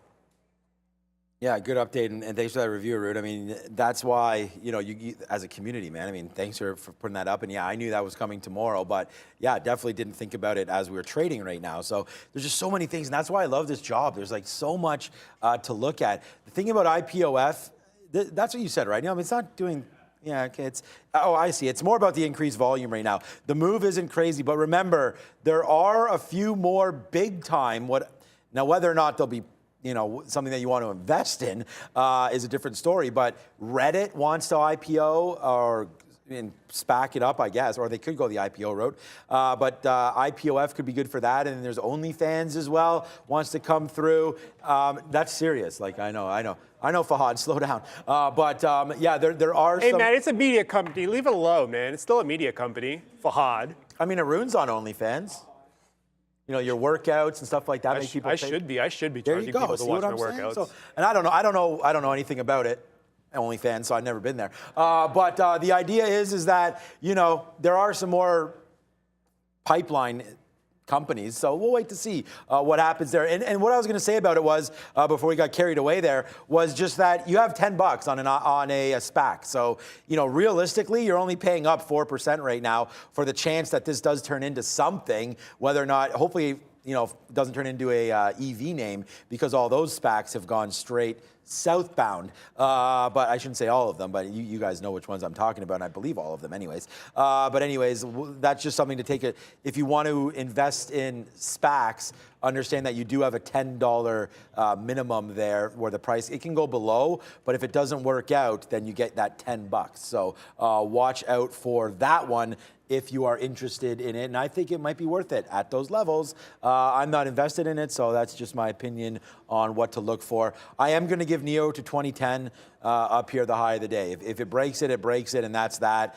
I've had horrible reads on it, so we're not really going to give it too much room. It's only going to be 25 cents if it breaks that 25.10. So, you know, my account can definitely hold that. We'll see if it does work out, though. On there, we did lighten up just one more time since we talked about it. AMD looked like, again, I think it's a weak stock today now that it's sub 100, but ball don't lie, neither does stock price. So right now it has had a nice move off of 96, retraced all the way to 98.60, and it may be now on the upswing. I mean, it doesn't really look like a negative name. We did take that out right there. It's a nice swing up. It's hovering around the 50 period, and it's above VWAP. So I'm just thinking that in a market move down, we want to have something, and AMD's already shown the fact that it has no problem making this move downside. So just like NVIDIA gets downgraded today, we're going to go over to its brother and look at AMD. So again, a sub $100 name. I like the call. I like the stock. And I'm not going to do anything with this until it breaks again this high. But I'm going to upsize it just a little bit just in case something does happen. But we are out now of a third. We're out of a third for it, 4.40, 50 cents. If we can get that on the downside, which is where it's coming in right now. And remember, that little tick right there was off that short. We did take a short there and lost as well. That's about the same 30, 40 cents. Lost it again. So ideally, we'd like to get this thing back into 97.50 and then taking that number down. Just because I'm still holding Rivian, just so you guys know, I saw someone saying, am I still short Rivian? Yep, I still am, and I'm not talking about it because A, we don't talk about Bruno, and then B, it needs to come back up here. Like, it's not a big position. I'm actually just waiting for it to come to 40.80 where I can reload this thing. I don't have enough shares for me just to get out when nothing's happening. Like, it'd be like a nothing burger kind of trade for me right now. So I'm going to wait, see if this market does collapse, possibly go short through 39.60. But ideally, I'm just waiting for this to come back up and then take it out. So we reloaded the short. That's right there. We had a good comeback for Rivian. I still think it could break lower, and then we test back down in here. But the market's going to have to fade. And if it does, man, now's the time for AMD. Nice take there. We just got in 78 bid. Now let's see AMD fall back down. My next bid for this thing, 97.50, and we've gone over our Neo. And then the only other name that we have on board now is Twitter, whereby it's at the high of the day. And so I'm happy holding this one and just to see what we do. I feel like if the market rips, I don't mind having Twitter on board here, so I have to have one long. Let's take Twitter off of what I think was a good read on the 46 break, but the 48 short is just equally as good of a read, so that's where I'm seeing to get out. 48 on Twitter. Let's see if we can take the $2 clean. Other than that, let's hold some of these shorts as the market is now pulled back below, Arun, that 50 period, but still not executing any futures trades, right? No, I can't. Now it's gone back down. I'm canceling this order where I'm running out of time for this trade. So I'm going to go ahead and cancel these 40 offers, which have been there since 10:30 this morning. They're a great question. Since we were talking about the CPI and whatnot, if you don't have the ability to short or you don't want to short in your own account, what are some good inverse ETFs or ETFs that you can buy that actually can make money if the price were to go down, right? So inverse ETFs, when the market goes down, price of the inverse ETF goes up. You have a couple of options there. They're both ProShares, the one I'm looking at. You have SDS, which is, I'm pulling it directly from the ProShares website. So, I mean, this is just their thing. But again, SDS, I'll just put up actually the charts themselves. So this is SDS, no, this is not SDS. This is SDS, which is the inverse S&P 500 ETF. So that one's up 2.5%. I'm sure there's some leverage in here too. I don't know what the leverage point is. 2 times, there you go. 2 times leverage on the SDS so inverse twice. So as the market is down 1.27, this is up 2.6% because it's factoring in a downside move, means upside value in SDS times 2. And then you have the other version as well. You have the NASDAQ version, which is the SQQQ. Remember, QQQ is the ETF for the NASDAQ 100, equivalent to the NASDAQ futures. But then you also have the SQQ, which is also 3 times inverse on the NASDAQ side of things. So whichever one you want to go with, if you decide to go, hey, you know what, I don't want to short the NASDAQ futures, I don't want to short any the Q itself, but I do want to participate in a leveraged inverse trade. So hey, I want to go 3 times in the opposite direction. You can go with SQQ. So if you think the market's going to fall, you can triple up and go with SQQ and try to play that. And you'll get paid handsomely if you actually are right. But keep in mind, with leverage comes risk. And if it doesn't work out well, that could be very expensive very quickly. But again, SQQQ and SDS are your options for the NASDAQ and for the S&P 500. Yeah, good review. And again, thank you so much for asking about that. And if you have any questions, again, Miss V will be looking at them in the chat, and she can pass them along to us, and Neil can bring them to us as well. Looks like Vero might halt actually very soon. So Vero right now on the way down. Let's see where is this halt. Sorry, why is my chart still on Coinbase? I apologize, guys. I have no idea why it's not updating. There it is. So here's a big move down on VERU. You'll be able to see it right now on your level 2. If it's going to halt, it's going to stack up there, and then I'm going to try to get short. Could, might not work on the short, but that's kind of the play. It worked for the first halt for the long side, and to me, it should have halted right there. I mean, that's $1.20 to the downside, unless there's something wrong. That was $13, and now it's $11.70. So that might have just bounced exactly at its halt price there. So unfortunately, in our system, we don't have halt bands. And if you are part of the Day Trade the World network, please submit a ticket for halt bands. I mean, Neil and I have talked about that happening, but there needs to be more interest. So that 11.15 right there, that might have been, and I don't know, like where did we drop from there? Remember, it needs to be 10%, right? So in what is it, 1 minute or 5 minutes?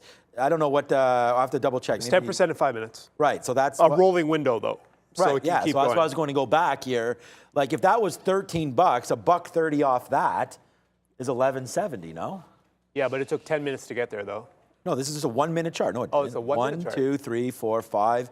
I mean, I don't know. It went down to 11.50, but anyways, maybe it reset. Doesn't matter. The point is, it looks like it may halt here. So let's see what happens. I guess it's going to have to tick close to this. But now that the more these minutes go, the more random it is. There it is. Wow. Twitter exploding. There it is, man. We are out of our only long here. And again, Twitter explodes to that upside. Look at this, 46 long, out 48. Let's go, man. We ring the registers on that one, making our day a little bit better as we go, mamma mia. We're not going to get into this discussion again, trust me. I just hit that key just because. But to me today, let's do something that we all love, bowling. The pins lined up for me on that 46 trade. We talked about that. A shout out to you, Miss Elizabeth Goodyear. Next time you're in Toronto, I know where you're from, you could buy me a beer because that was a good one there. I'm glad for that. I did not load up. I'm a shareholder in Twitter, but I haven't purchased anything in years on this name. But again, we saw that 46. Looked like a good one. Up to 48. I'm out as we watch this name go to the downside as well. AMD now retracing a little bit lower. And look what else is not going down. Neo, we talked about this. I'll take another short in front of 20 because we did get some out. And again, these are just another reload spot, but we do have this indicated right there, 2010. My stop order's already in, so I'm not even worried about it. It's hands off. If it takes it out, it takes it out. And you got me one more time, Neo. And this just goes to show you, and it talks about you with Veru and things like that, is that I've already lost. Neo is by far my biggest loser over the last month. From today. So why digging into the same direction that screwed me, I'll never know. But let's go over to Neil quickly.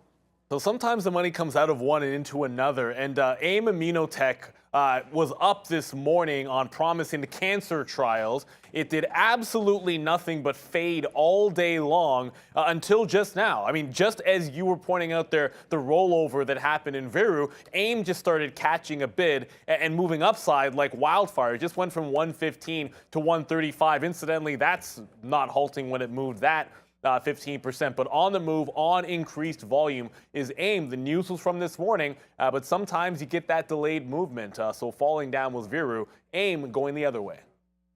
The rotation. It seems like money coming out of profit taking in one, and then, hey, you know what? This one's still undervalued, so let's just go into this one. So as AIM turns around from that what is that? The low is like 102. 102 on AIM, and then now with money available, hey, what do? Let's go long. Why not, right? Not gap open, but yeah, I guess it was. It was a straight run up at 7 o'clock and then slow drip down as Vero took the steam out of it, and now that Vero is actually being profit taking. Remember, we were looking for this, right? Something like this, where which side is going to blink first? Is it going to be the longs that are going to profit take, or is it going to be the shorts that are going to cover? Whichever side blinks first, that's where you're going to get the wave. It looks like Vero has chosen profit taking, longs profit taking first, so that money becoming available now opens the door for a run in AIM. So anyone who's buying around that $1, instant 30% return, and not even half an hour, I would say, before you get paid out on that. So we're just waiting. I'm not going to again, I have two longs, right? Caterpillar and TJX, no futures positions, no chance of getting any futures positions today. Maybe we can work those 40s tomorrow, but nothing today, and we'll just let this one ride out. And for now, Caterpillar not cooperating. It looks like that 18 is going to be a problem, so I'm going to set up the following day's potential on Caterpillar. I like the daily north of 18. That trade could still be there. I may just run out of time today, so I may not be able to actually use up my full risk to let this one play out. I may just run out of time. Remember, 4 o'clock Eastern on our end, 4:15 for the futures, and then TJX could be a problem because I'm not too far away from getting out of this, but if we can't maintain any strength north of this area here, which is 62.50, which seems to be the case today, there might be a shortened play for tomorrow on TJX if I can't get this long to work out today. We still have a chance. Again, imbalances change the market fairly quickly, so we still have a chance, but it's not looking too good for either one of these longs. One of them is more stable than the other, Caterpillar is, even though it's falling off. The read itself is more stable. TJX not looking too good. Yeah, no, and again, guys, thank you for watching. Look, it's really hard for us. It's not hard for us, but it's hard to trade and expose everything you're doing to everybody, and that's what we do, and I think that's a huge advantage here of Trader TV Live, and it's just about being honest, and like I said, like, what am I doing on NEO and making these same mistakes, and, you know, sometimes even when you consider yourself, you know, a decent trader, you still get caught up. And I think that's the one thing that the honesty and everything about what we're doing here, I hope sort of shines through. And that's why you keep coming back. So, yeah, I'm wrong on NEO. So I just took a 10-cent hit. I got out of a quarter of that trade right now. I still obviously going to wait now for that. But, you know, that last average in was 99, whatever. We got out 97 there. It doesn't matter. Our average price is 88, so we just got out 97. We'll take a little bit of lumps right there on that. Now, if it falls, great. But again, I'm already exposed to AMD on the downside. So for me, it's like, hey, if NEO's not going to work, I don't want to lose everything on NEO that I'm about to, fingers crossed, make on AMD. So that's another one. And then someone said, well, why not just go long Facebook? And yeah, I've already destroyed Facebook. I'm so proud of the trading on Facebook today, honestly, because I was short, had this whole move, which is great. We didn't capitalize on it all. We gave about $1 from the bottom, but that's still good. And then we reversed into some longs on strength. Did get stopped out right there, which was good because it went a hell of a lot lower. But right now, I don't like Facebook long just because, like, what am I doing again? This is called chop, and I'm going to get chopped up in there. And we're not talking Chinese food here, Neil. So I'm going to stay away from Facebook. What you got? If it's not General Tao, then I don't want it. But you know what I'm talking about, Sean.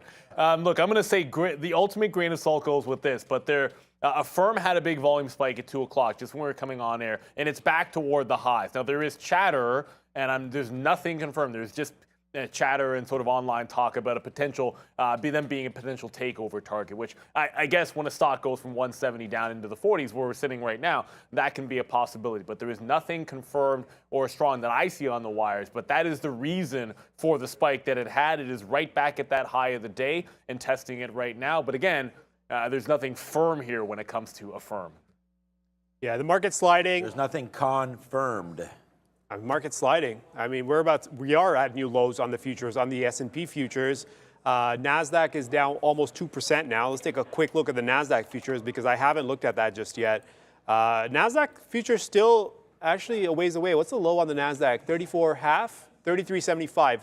So 14,033.75 is a low, and we're sitting at 14,050. Here's the issue. Even if we take the low, that 14,000 even, big round number, it's only 50 points away from where we are now and 30 points from the low. Yeah. So you're going to have to keep an eye on that 14,000, especially if we accelerate to the downside. It looks like a lot of stocks are now losing momentum. Makes sense. You've got Apple down 2.3, Microsoft 3.7, Nvidia.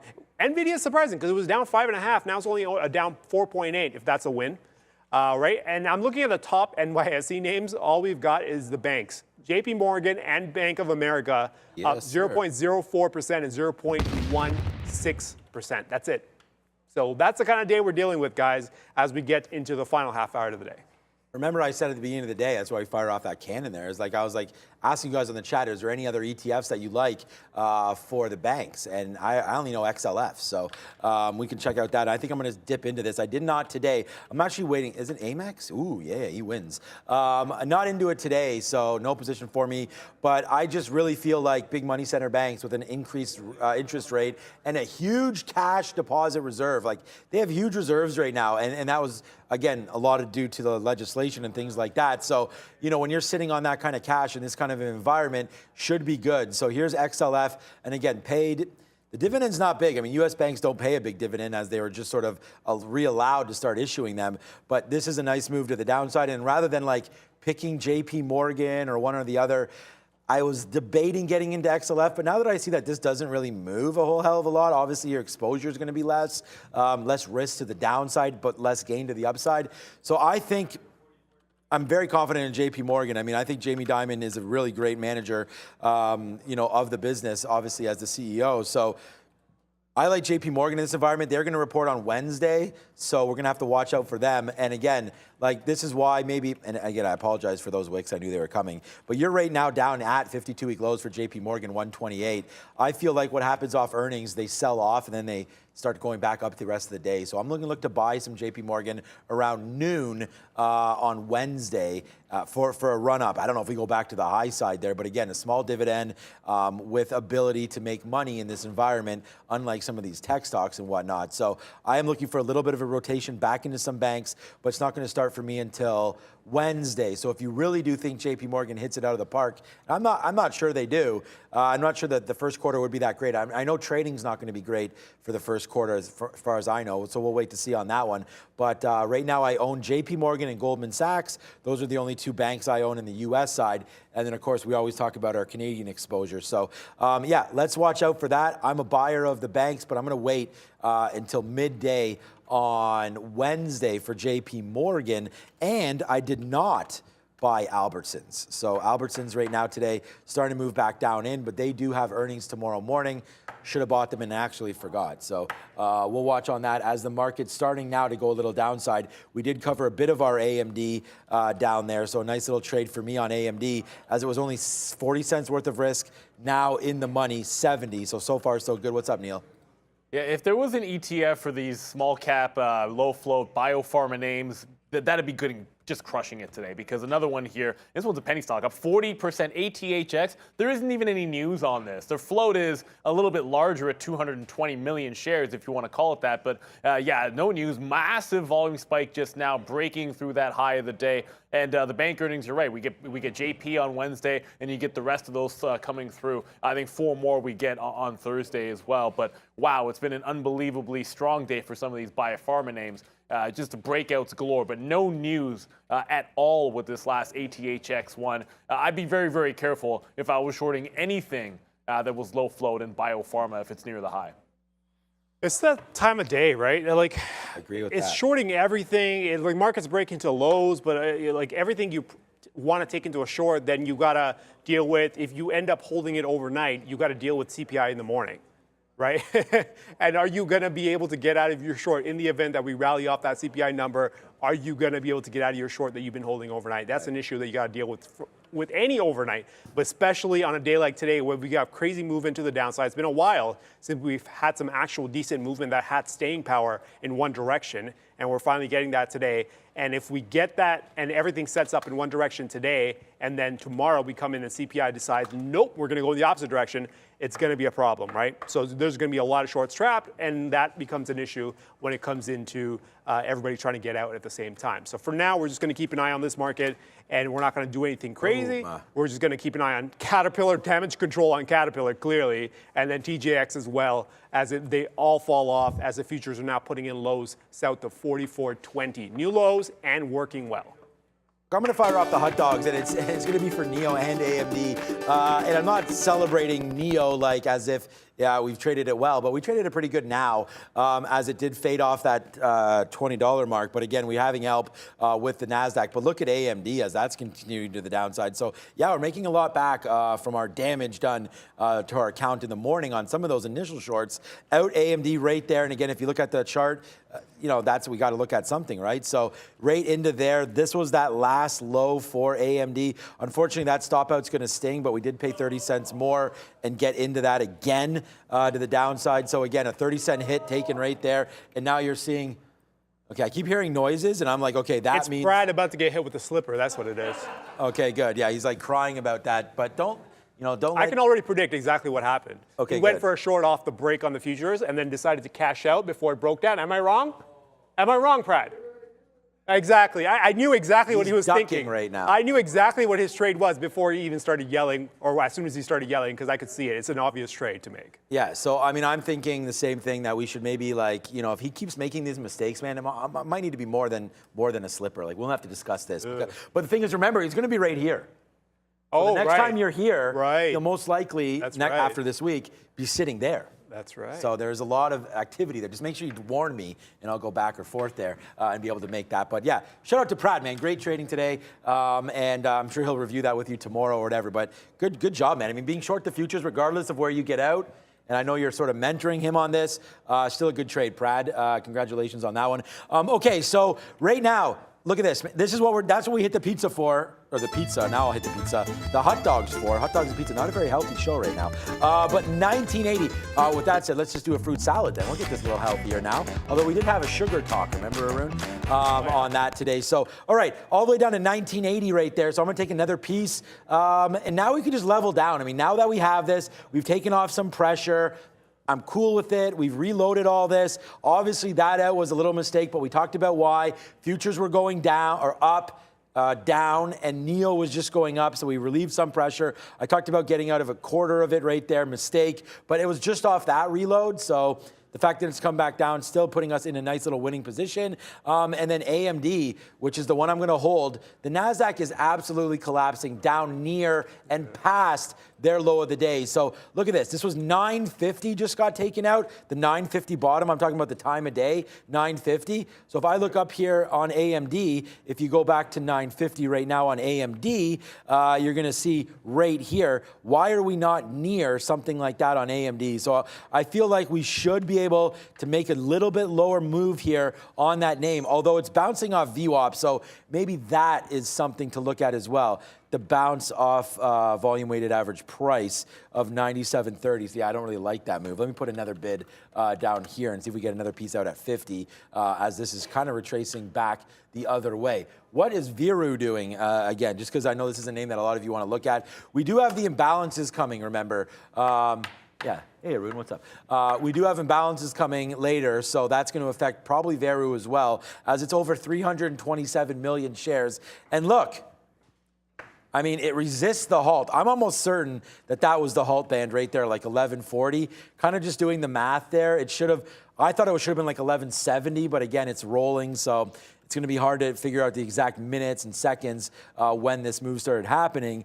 But that was close to a halt, and now it's right back to the upside. So still, I still think this is in play for a halt. The only problem is, remember, at 345, once that hits, and then you have the imbalances come out, if you are involved in a halt in Veru, you may not be able to get out until it reopens, either for a final print, in which case it will trade after market. I'm just scared for a share offing. Last happened Feb 21. What's up, Neil? Yeah, like I'll confirm. I'm pretty sure it was at halt band as well. I was watching level 2, and it looked exactly like that's what happened. But the other one, and there's still no news on ATHX. It's almost at $1 now. It just touched 95, so it broke out at the same time AIM went. It was at about 78 to 80 cents when we came with this, and now it's approaching $1. Again, no news. Low float, biopharma name on the run. It's like there's a million of them. It also didn't halt, even though it just moved about 12% in about 4 minutes. Yeah, stay true to our ideas no matter what we think is about to happen here in the market. Look at NEO, man, it's starting to fade out. So these are the first levels that we want to take some profits on. So there's a 77 or 76 take that we had, 77. Just sitting there, I didn't put that order out. It just came into me. And then now we have some orders bidding 72s right now. We're gonna wait for that one. And then lower than that, we have a 67 bid as well. I'm just telling you where my orders are. So if it comes down, runs them over, you know, we're just trying to like ease it out. With only now, Arun, wow, this has been a busy, I feel like we've talked a lot today. Like I'm getting exhausted right now, to be honest with you. But coming back into the downside right now, watch out for these fills. Like I'd be super happy just to get this out at like night right here. So if it does fall back down, I plan on holding a little bit in case there is that big move into the imbalances. But you know, NEO right now making some money back. I couldn't be happier with this afternoon. And it just goes to show, like, what was I doing here? If I just put the same amount of risk up here, which I did. I mean, I put risk on. It's just, you know, wait for that 20 and just milk these trades. It would be pretty sweet, and we'd be having a pretty epic day. But right now, 17 cents in the money for NEO. Pretty happy with it. And $1 in the money right now on AMD. And it's bouncing off VWAP here. So I'm going to throw it over to you, Arun, but I'm going to put a bid here at 97. I mean, right here. This is right where VWAP is. And then if we collapse into the close, no more bids whatsoever on AMD. Let's see if we get you know, one of those epic moves into the close. Back down to day's low for AMD, and then we'd be pretty happy, and I can consider today a pretty decent success. First stage, get this out at VWAP right now. I'm just looking, Caterpillar, what are you doing? That's going to be a washout for me. I'm going to hold on for the imbalance. Maybe we get a positive imbalance.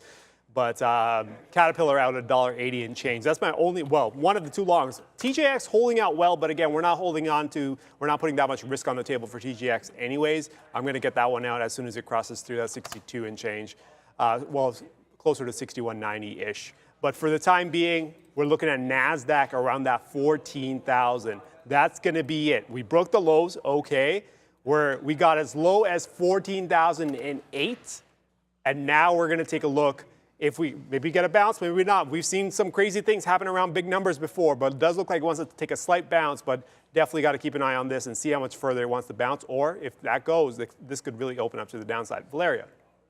Hey Arun, Bitcoin broke 40,000 to the downside, while ETH broke 3,000 to the downside, and Tesla broke 980 level to the downside for the first time during this day. I'm glad about this, and I am in a short position. And I want to remind you guys, please make sure you're a subscriber of Trader TV Live channel, as we're super close to become 300,000 subs community. We need literally less than 9,000 more subscribers. So please hit like, subscribe, and of course share. Back to you guys. Hit those likes, because you know the only way this show gets any bigger is with moving up in the YouTube algorithm, right? You get more views, you get more content essentially, because it gives more of an incentive to actually bring more people on, get the show bigger, produce more videos and whatnot. Obviously trading is one thing, but then we have to the left here, on the other side of Sean, a desk waiting for Brad and Valeria to move into it. All the cameras are in. Now they're just setting up the final things that need to be run through. And then I believe in May or so is the timeline that I've heard. 11th. No, it's pretty much. It's set. May 11th. It's set, apparently. May 11th is going to be the date that Brad and Valeria move to their new desk up here. And it's going to be prime time. It's going to be under the big lights. And it's going to be more things like that, right? So that's essentially what we're trying to do with those likes. It's not just like, oh, hit us for the likes. It's we need that. Can Brad handle the big lights? That's a good question. I already know the answer. It's a resounding yes. Brad will be here kicking butt for all of you under the big lights. So we'll see. We'll see what happens.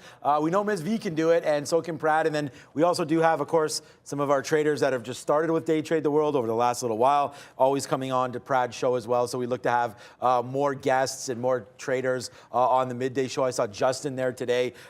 So yeah, it should be really fun. That Veru is doing absolutely nothing, so I'm just going to wait on that one. But it's now 341, 342. So, Arun, as you know, in 8 minutes, we're going to come down through, see the imbalances come out one more time. We did get, and again, this is just a daily thing. We saw with NEO had a big sell imbalance early. Thanks for that. And it just ripped up. So we got a nice little sell early on NEO and then the move back in. Look, 3 takes here in front of VWAP. I'm not going to ever be disappointed with taking this profit out when we're $1 in the money or 80 cents in the money on AMD. So let's just keep doing that. But we're done. So I shouldn't say let's keep doing that. We're done doing that. Hopefully we get now a breakdown in. I only have a third of the position that we put on here left. But again, we're trying to hold out for those bottoms in case we do get a monster move into the close. The NASDAQ just failed again on trying to go back up. So the NASDAQ tried to get back upside there and actually went right back to that 950 low again of 14,035. And I'm just talking about the NASDAQ here. Arun will more talk a little bit about the ES. But again, looking at both things here, retracement back up. I assume the ES did the same thing. And again, be very careful what you're trading. I look at the NASDAQ for a reason that most of my positions are going to be in the NASDAQ and on relatively weighted stocks there in the NQ. If you're trading a Caterpillar or something like that, that obviously Arun is doing here, and even a TJ Maxx there, you know, those are going to be Dow kind of names, right? Retail, machinery, agriculture. That's not what it's about in the NASDAQ. So you definitely want to make sure that you're looking at both. But I'm just going to watch AMD and watch that fall down. NEO tried to get back to the upside. We're still waiting for that 72 bid that I talked about. Hopefully that'll come through. And then the low 60s. But any quick words here, Arun, before that imbalance comes out? Yeah. So I'm thinking, again, we're all looking at 14,000 even on the NASDAQ. That's going to be a big dog number, right? We've shown that it's bouncing above it. Great. Now it's at 14,010. It looks like it wants to take a look as it accelerates closer and closer to that 14,000. So definitely keep an eye on this, because if we get through here, stops might go off. Stops will go off, not might. Stops will go off, and we might actually get an accelerated move. Market's already down. S&P down 1.6, ES down 2.2. And we haven't even taken out a big number on the NASDAQ yet. So that's definitely one to watch as we accelerate. And I'm in damage control on Caterpillar, the one long that I'm that's actually deep in trouble here. So we're waiting for the imbalances to maybe come out and see if we can't get a fill off those imbalances, maybe to the upside, but preferably to the upside. But for the time being, with this market heading out and taking a look at that 14,000, it's going to be a problem. So we're definitely going to be watching out for that. If we don't get anything helpful, hit the exit door. Caterpillar, TJX, out the door, gone. I don't need to hold on to this any longer than it needs to be. So we're just going to wait for this one another 5 minutes or so before these imbalances come out, and we get moving. Yeah, I like it. I like that talk. All right, so I just called up the Qs here just in case that imbalance, you know, does come the way we thought it would. Maybe to the, I don't know if we don't really have an opinion right now, but you could see this market to the downside. Oh, sometimes Prad gives an update. Did I see an update there, Prad? There it is. Yeah, so financial juice, again, nothing to do with us. Again, I just got it from Prad 2 minutes ago. He's saying it's 270 to the buy side. So, okay, you know, could be to the buy side, who knows? But right now, that's what it's looking like. And if I look at this on the Qs, although we're now into this trade with only 3 minutes left before it happens, I mean, to say that this could be a sell, I mean, it's looking like it might want to be. It's that 14,000, right? But again, yeah, we're bouncing off. Yeah, I'm looking at the Qs right now, but here's the NASDAQ. It's that 14,000. So Arun just pegged that for all of you. There it is right there, 14,000, looking like a bounce off spot. Maybe if we take that, like Arun's, I'm not going to go over this. Arun just did it. So let's go over to Neil. What up? Again, it's going to be at like $2. This thing is insane. It just went to $1.30. So we mentioned at 75, it then went to 85. $1 just broke, 120 just broke. This is going absolutely nuts on absolutely no news. There's no news on this stock, but it just doubled up in the last 40 minutes or so. So yeah, it's a wild and crazy day. If you're doing nothing, this is going nuts. All righty then. So look, I'm going to sort of join the party a little bit here and just short that running into the 14,000. We do now have a little bit of time left. I mean, this is going to be a play into the NASDAQ, and we're just going to wait to see here. We're already short NEO. I consider that kind of a NASDAQ name because of what it is, the EV space and tech and all that. So whatever, I don't need to talk it up. But we're going to short the Qs right now. And again, I apologize for these wicks. Unfortunately, we chart everything. There are some dark pool wicks up here to 349. So those of you that follow people that say that dark pools tend to see what's going to happen next, well, then maybe there is an upside move coming right now. But for me, and Arun just talked about it, that 14,000, a thing that we want to short. And I could be wrong on this. I mean, there's the 1 minute. We could all be wrong at any time. And if that does take out this 342, what is that level? 342.10 or so, that little level right there, and the 50 period on the 1 minute, then hey, trend broken. Let's see what happens to the downside. But for right now, we are short the triple Qs. It should show it on there when it comes through. Yeah, I'm short Rivian, NEO, AMD. Oh yeah, that's the problem. It shows, it looks like 000 right there on the screen. So I don't know if we've got to fix that. Maybe I have to talk to our IT department. It's not them, but it's the coding guys. It cuts off the Q there. I think you mentioned that last week. Yeah, but the Q's hard to see. Yeah. I'll manage this from here. But there goes the triple Qs. So we are short into that, and we did not reload it as we get closer and closer. So let's take a little bit more here and short into that move to the upside. And again, we're waiting for the imbalances, which are right here. And I'm just going to edit this and get rid of ARCA because we don't need to see that. These are from the morning 9:30. As of 3:50, they will update. And here it goes back up to the upside. So hey, don't get in too early, Sean. Wait for a move, man. Maybe there's a move coming that we could short into this number. But let's talk about positions we have, because right now the imbalances don't matter because they're not out. AMD still ticking lower. It just made a move to 97.17. I consider this a little silly, to be honest with you, for me not to get something out. Like, why am I shorting the Qs and also holding on to AMD? Let's take another win here on AMD. I'm bidding right into here. Oh, tank, one more move down. There it is, just fill me at 34. So we took a bid there on AMD. There's the print right there. And we print all of our trades. There's not any hidden trades or anything like that. There's the trade right there on AMD given to you with only now 1 minute left into this imbalance. So we're going to have a look. We just did we get short of the Qs? We did, but I'm still waiting to see what we do around this 342 mark. So, hey, I'm not afraid to put out stop orders into this. And I think that that's something that we could easily do right now and just make sure that we don't get too run over on any kind of an upside move now into the Qs. So there it is. We'll take another short in the 30s, and now we'll see if it can make a move downside now, holding these Qs for a move on the NASDAQ downside. So we're going to wait to see if that does come through. What else are we holding? NEO? Did we get any prints on NEO low? Nah, I went to... Come on, I went to 73. I'm waiting for 72 now on that play, so we miss out on that one. But now with only 30 seconds left, keep the camera over here, guys, and then we will watch out to see what happens. I'm going to call up AMD because that'll really tell the story. Either that goes down. If this starts to tank, then you will see, obviously, a nice little pull down in NASDAQ as well. So right now we're getting locked and loaded with only a few seconds left. Let's see what happens here with the Qs, trying to make some upside moves. We'll see if we can get a short, and here it comes right now with just seconds to go. Let's see what happens. I got to get ready to get these stops out. 342 a breaker if it does go that way. But here we go. A nice move. It doesn't look like it wants to do much. The NASDAQ kind of just hovering around. We will wait for that final number, but right now it doesn't look like a hell of a lot happening on the Qs. Some sell sides. We got a big buy there. Zenga, Nielsen. You let me know, Arun. Yeah. Carnival, Nucor there, New Bank as a sell side. So not much. I'm going to try to manage my Qs position. You do that. I'll take a look at the imbalances here real quick. WBD, 8 million shares on the buy side. What? What is WBD doing? Let's take a quick look at WBD. And it's a NASDAQ name, right? Yep. Oh, wow. 35 million shares. Yeah. 35 million shares and 16 million paired. This is absolutely nuts on the size of WBD's imbalance here. What is WBD? I don't know. I don't even know what the name is. It's not. I was Warner Brothers Discovery. Oh, it's the new name. Oh, that's why we had no idea what it was. There you go. A lot of this could be really good.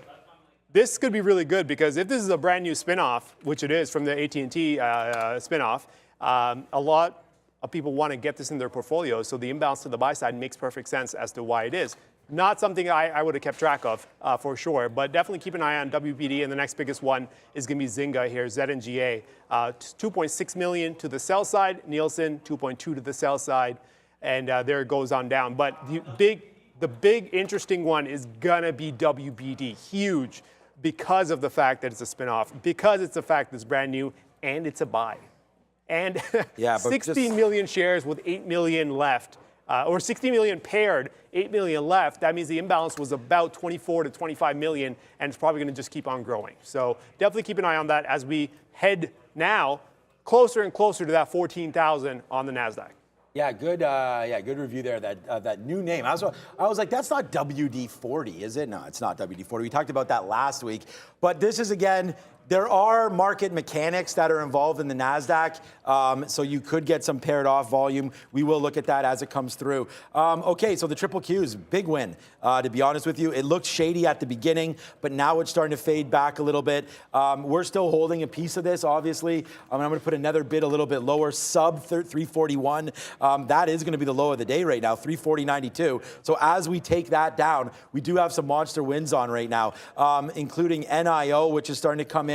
And look, I'm not just going to sit here and like watch this name not fill me. So we'll take it out at 75 if we can get part of it out right there. There it is. Yeah, I got some edge X's there as it's come back into 75, and then we'll see now. And again, we got out of nothing there, but hopefully we got out of some, but hopefully it'll come back down in here into the 70s, which would be pretty nice. We still are holding this name as the NASDAQ's near the end.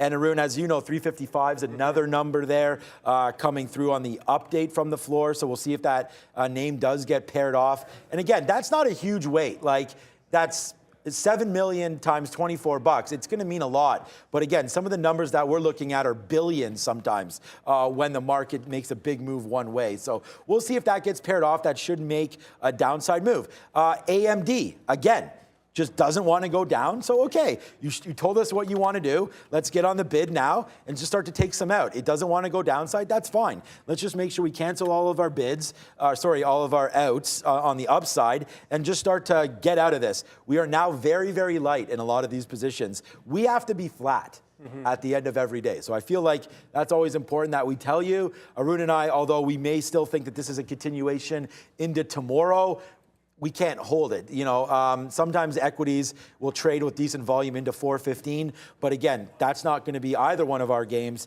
Sometimes the futures, would you hold it past 4 ever sometimes? I've held. I've pushed the limit on how far we can hold, right? We have to be flat by 415. Our servers are up until 415, which is also the Globex close. So I've taken it until about 414.30 before I walk away from a trade. So futures, you have that extra cushion to take it until 415 because their close isn't 4 o'clock.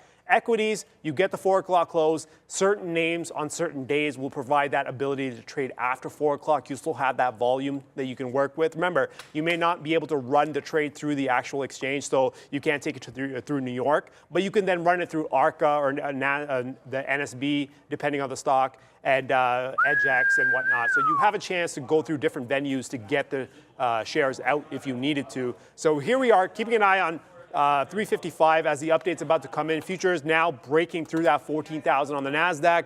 What do we have on the imbalance update? What do we got? What do we got? We got some money over here, too.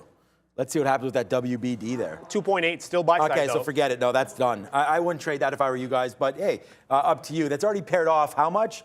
20 million, but now it's going back up. So there you go. Yeah, to each their own. Okay, nice wins for us here on the Qs, which turns out to be great. I mean, short, short, short, out, out, out. I mean, when it looks like that, it's a winner. So we'll go like that. Hell yeah, that was a decent idea here to short the Qs on the downside on that move. Decent idea also to get NEO as this is starting to fall down. Hey man, we're at our 72 level, so let's see if we can take a little bit of that out here at 72. And then AMD, hells to the yeah. This one also $1 now in the money. So, you know, what was a bad, and I always talk about this, like, this is why we're here all day, baby. I mean, the market doesn't close at 11. We're coming back here. We're trading. Now we'll go to the downside on some of those moves. I hear the boys behind us getting a little excited. Obviously, WBD still there as a buy. So, yeah, I mean, this level, too, cannot hold 4 million shares. So, I mean, this could just rip again to the upside. Again, like my charts aren't, oh, that's AMD, a WBD right here. The level 2 is not going to be able to, not going to be able to hold all those offers. So we'll wait to see here. That buy of 3.5 million could rifle this name up. Watch out.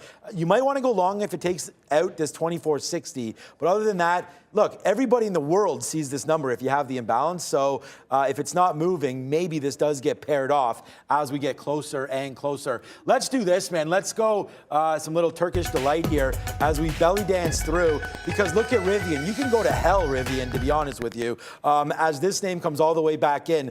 This is twice in the last 2 weeks that Rivian exploded on me and then came all the way back down and would have put us into a monster winner. Instead, I have a big red mark on my account here for Rivian today because it just kept going and I kept getting blown out here on the upside. But there goes Rivian now, 70 cents, 60 cents in the money. Let's just take this out and regroup. But with only 3 minutes left, Arun, thanks for the good day today, man. A lot of good talk here today. Yeah, I'm just going to put this chart beside this imbalance and show you why the imbalance matters. In the past, I've seen comments where like, oh, imbalance doesn't matter. This is exactly why you need to pay attention.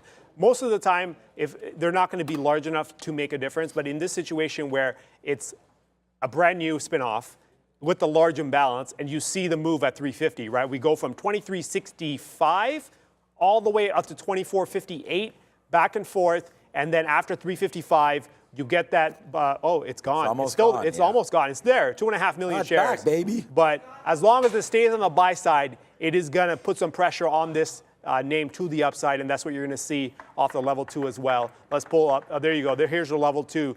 Almost 40 million shares traded on WBD with still a buy side imbalance of 2.2 million shares. Even though it's pairing off quite a bit, it is still there on the buy side, and that's all that matters as we head into the final 2 minutes. You know there's going to be a lot of activity on this, especially in the final minute to 30 seconds. Yep, a nice little move up there for WBD, so let's see if it can continue on there. But for me, no way. I'm gone. Neo. Big time win on NIO right there. So that's a good trade for me here on NIO. We just got it out at 70. I wish we would have believed in it a little bit more, but I'm still really happy, man. All these shorts, reload, reload, reload, boom, boom, boom. This is textbook right there. Take a screen cap of this and teach that 20 level. Should have waited a little bit more. I'm still have this up so you guys can see what exactly WBD is all about. I said you might want that long if it breaks through 60. So there it goes, breaking through 60, now 70 and still going up. Watch out, still 1.1 million shares right there right now on WBD. We're done. AMD, a big win for us at the end of the day. As it came all the way back in. That's a good trade. The triple Q's a big trade as well. Let's just get out of everything now. Let's exit our triple Q's trade, cancel all the rest of the orders. Arun, a great day. Thank you for being here one more time. But there's WBD. Oh, it's gone now. Oh, no. Where is it? It's there. I have it highlighted here. 49,000 to the sell side. But hey, things get fancy, real fancy on these type of names right at the end there. So 22 million paired, 49,000 to the sell. I can also see this right at the end, the final 10, 15 seconds, it flipping back to a buy, and watch this thing take off to the upside. So we are getting pressure, but we have about 26 seconds left, and we'll keep a close eye on WBD and see what the imbalance is actually going to end up being. Okay, this is just wild moving around. You hear the action in the background. We do have Pepperoni Tony and we do have Ms. V here, so let's hit the countdown as we only have 10 seconds. The boys behind us excited. Also probably excited about this NLSN. Okay, here we go. 3, 2, and 1. Let's hit that.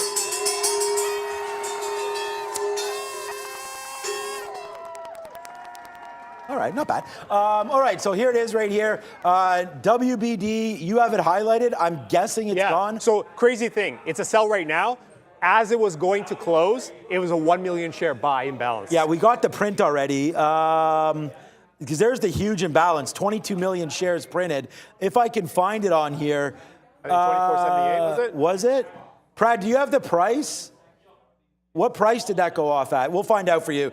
Let's go over to Neil. Maybe he has it. I'll try to find it on my level 2 right here, my time and sales where we went off. But a nice trade for WBD. Yeah, I couldn't quite catch it. I know it closed around that 60 or 70 mark, but I didn't see the actual print. It was a monster print on WC. And I actually saw Prad. He going. I think he had a good one there. He's pretty excited about it.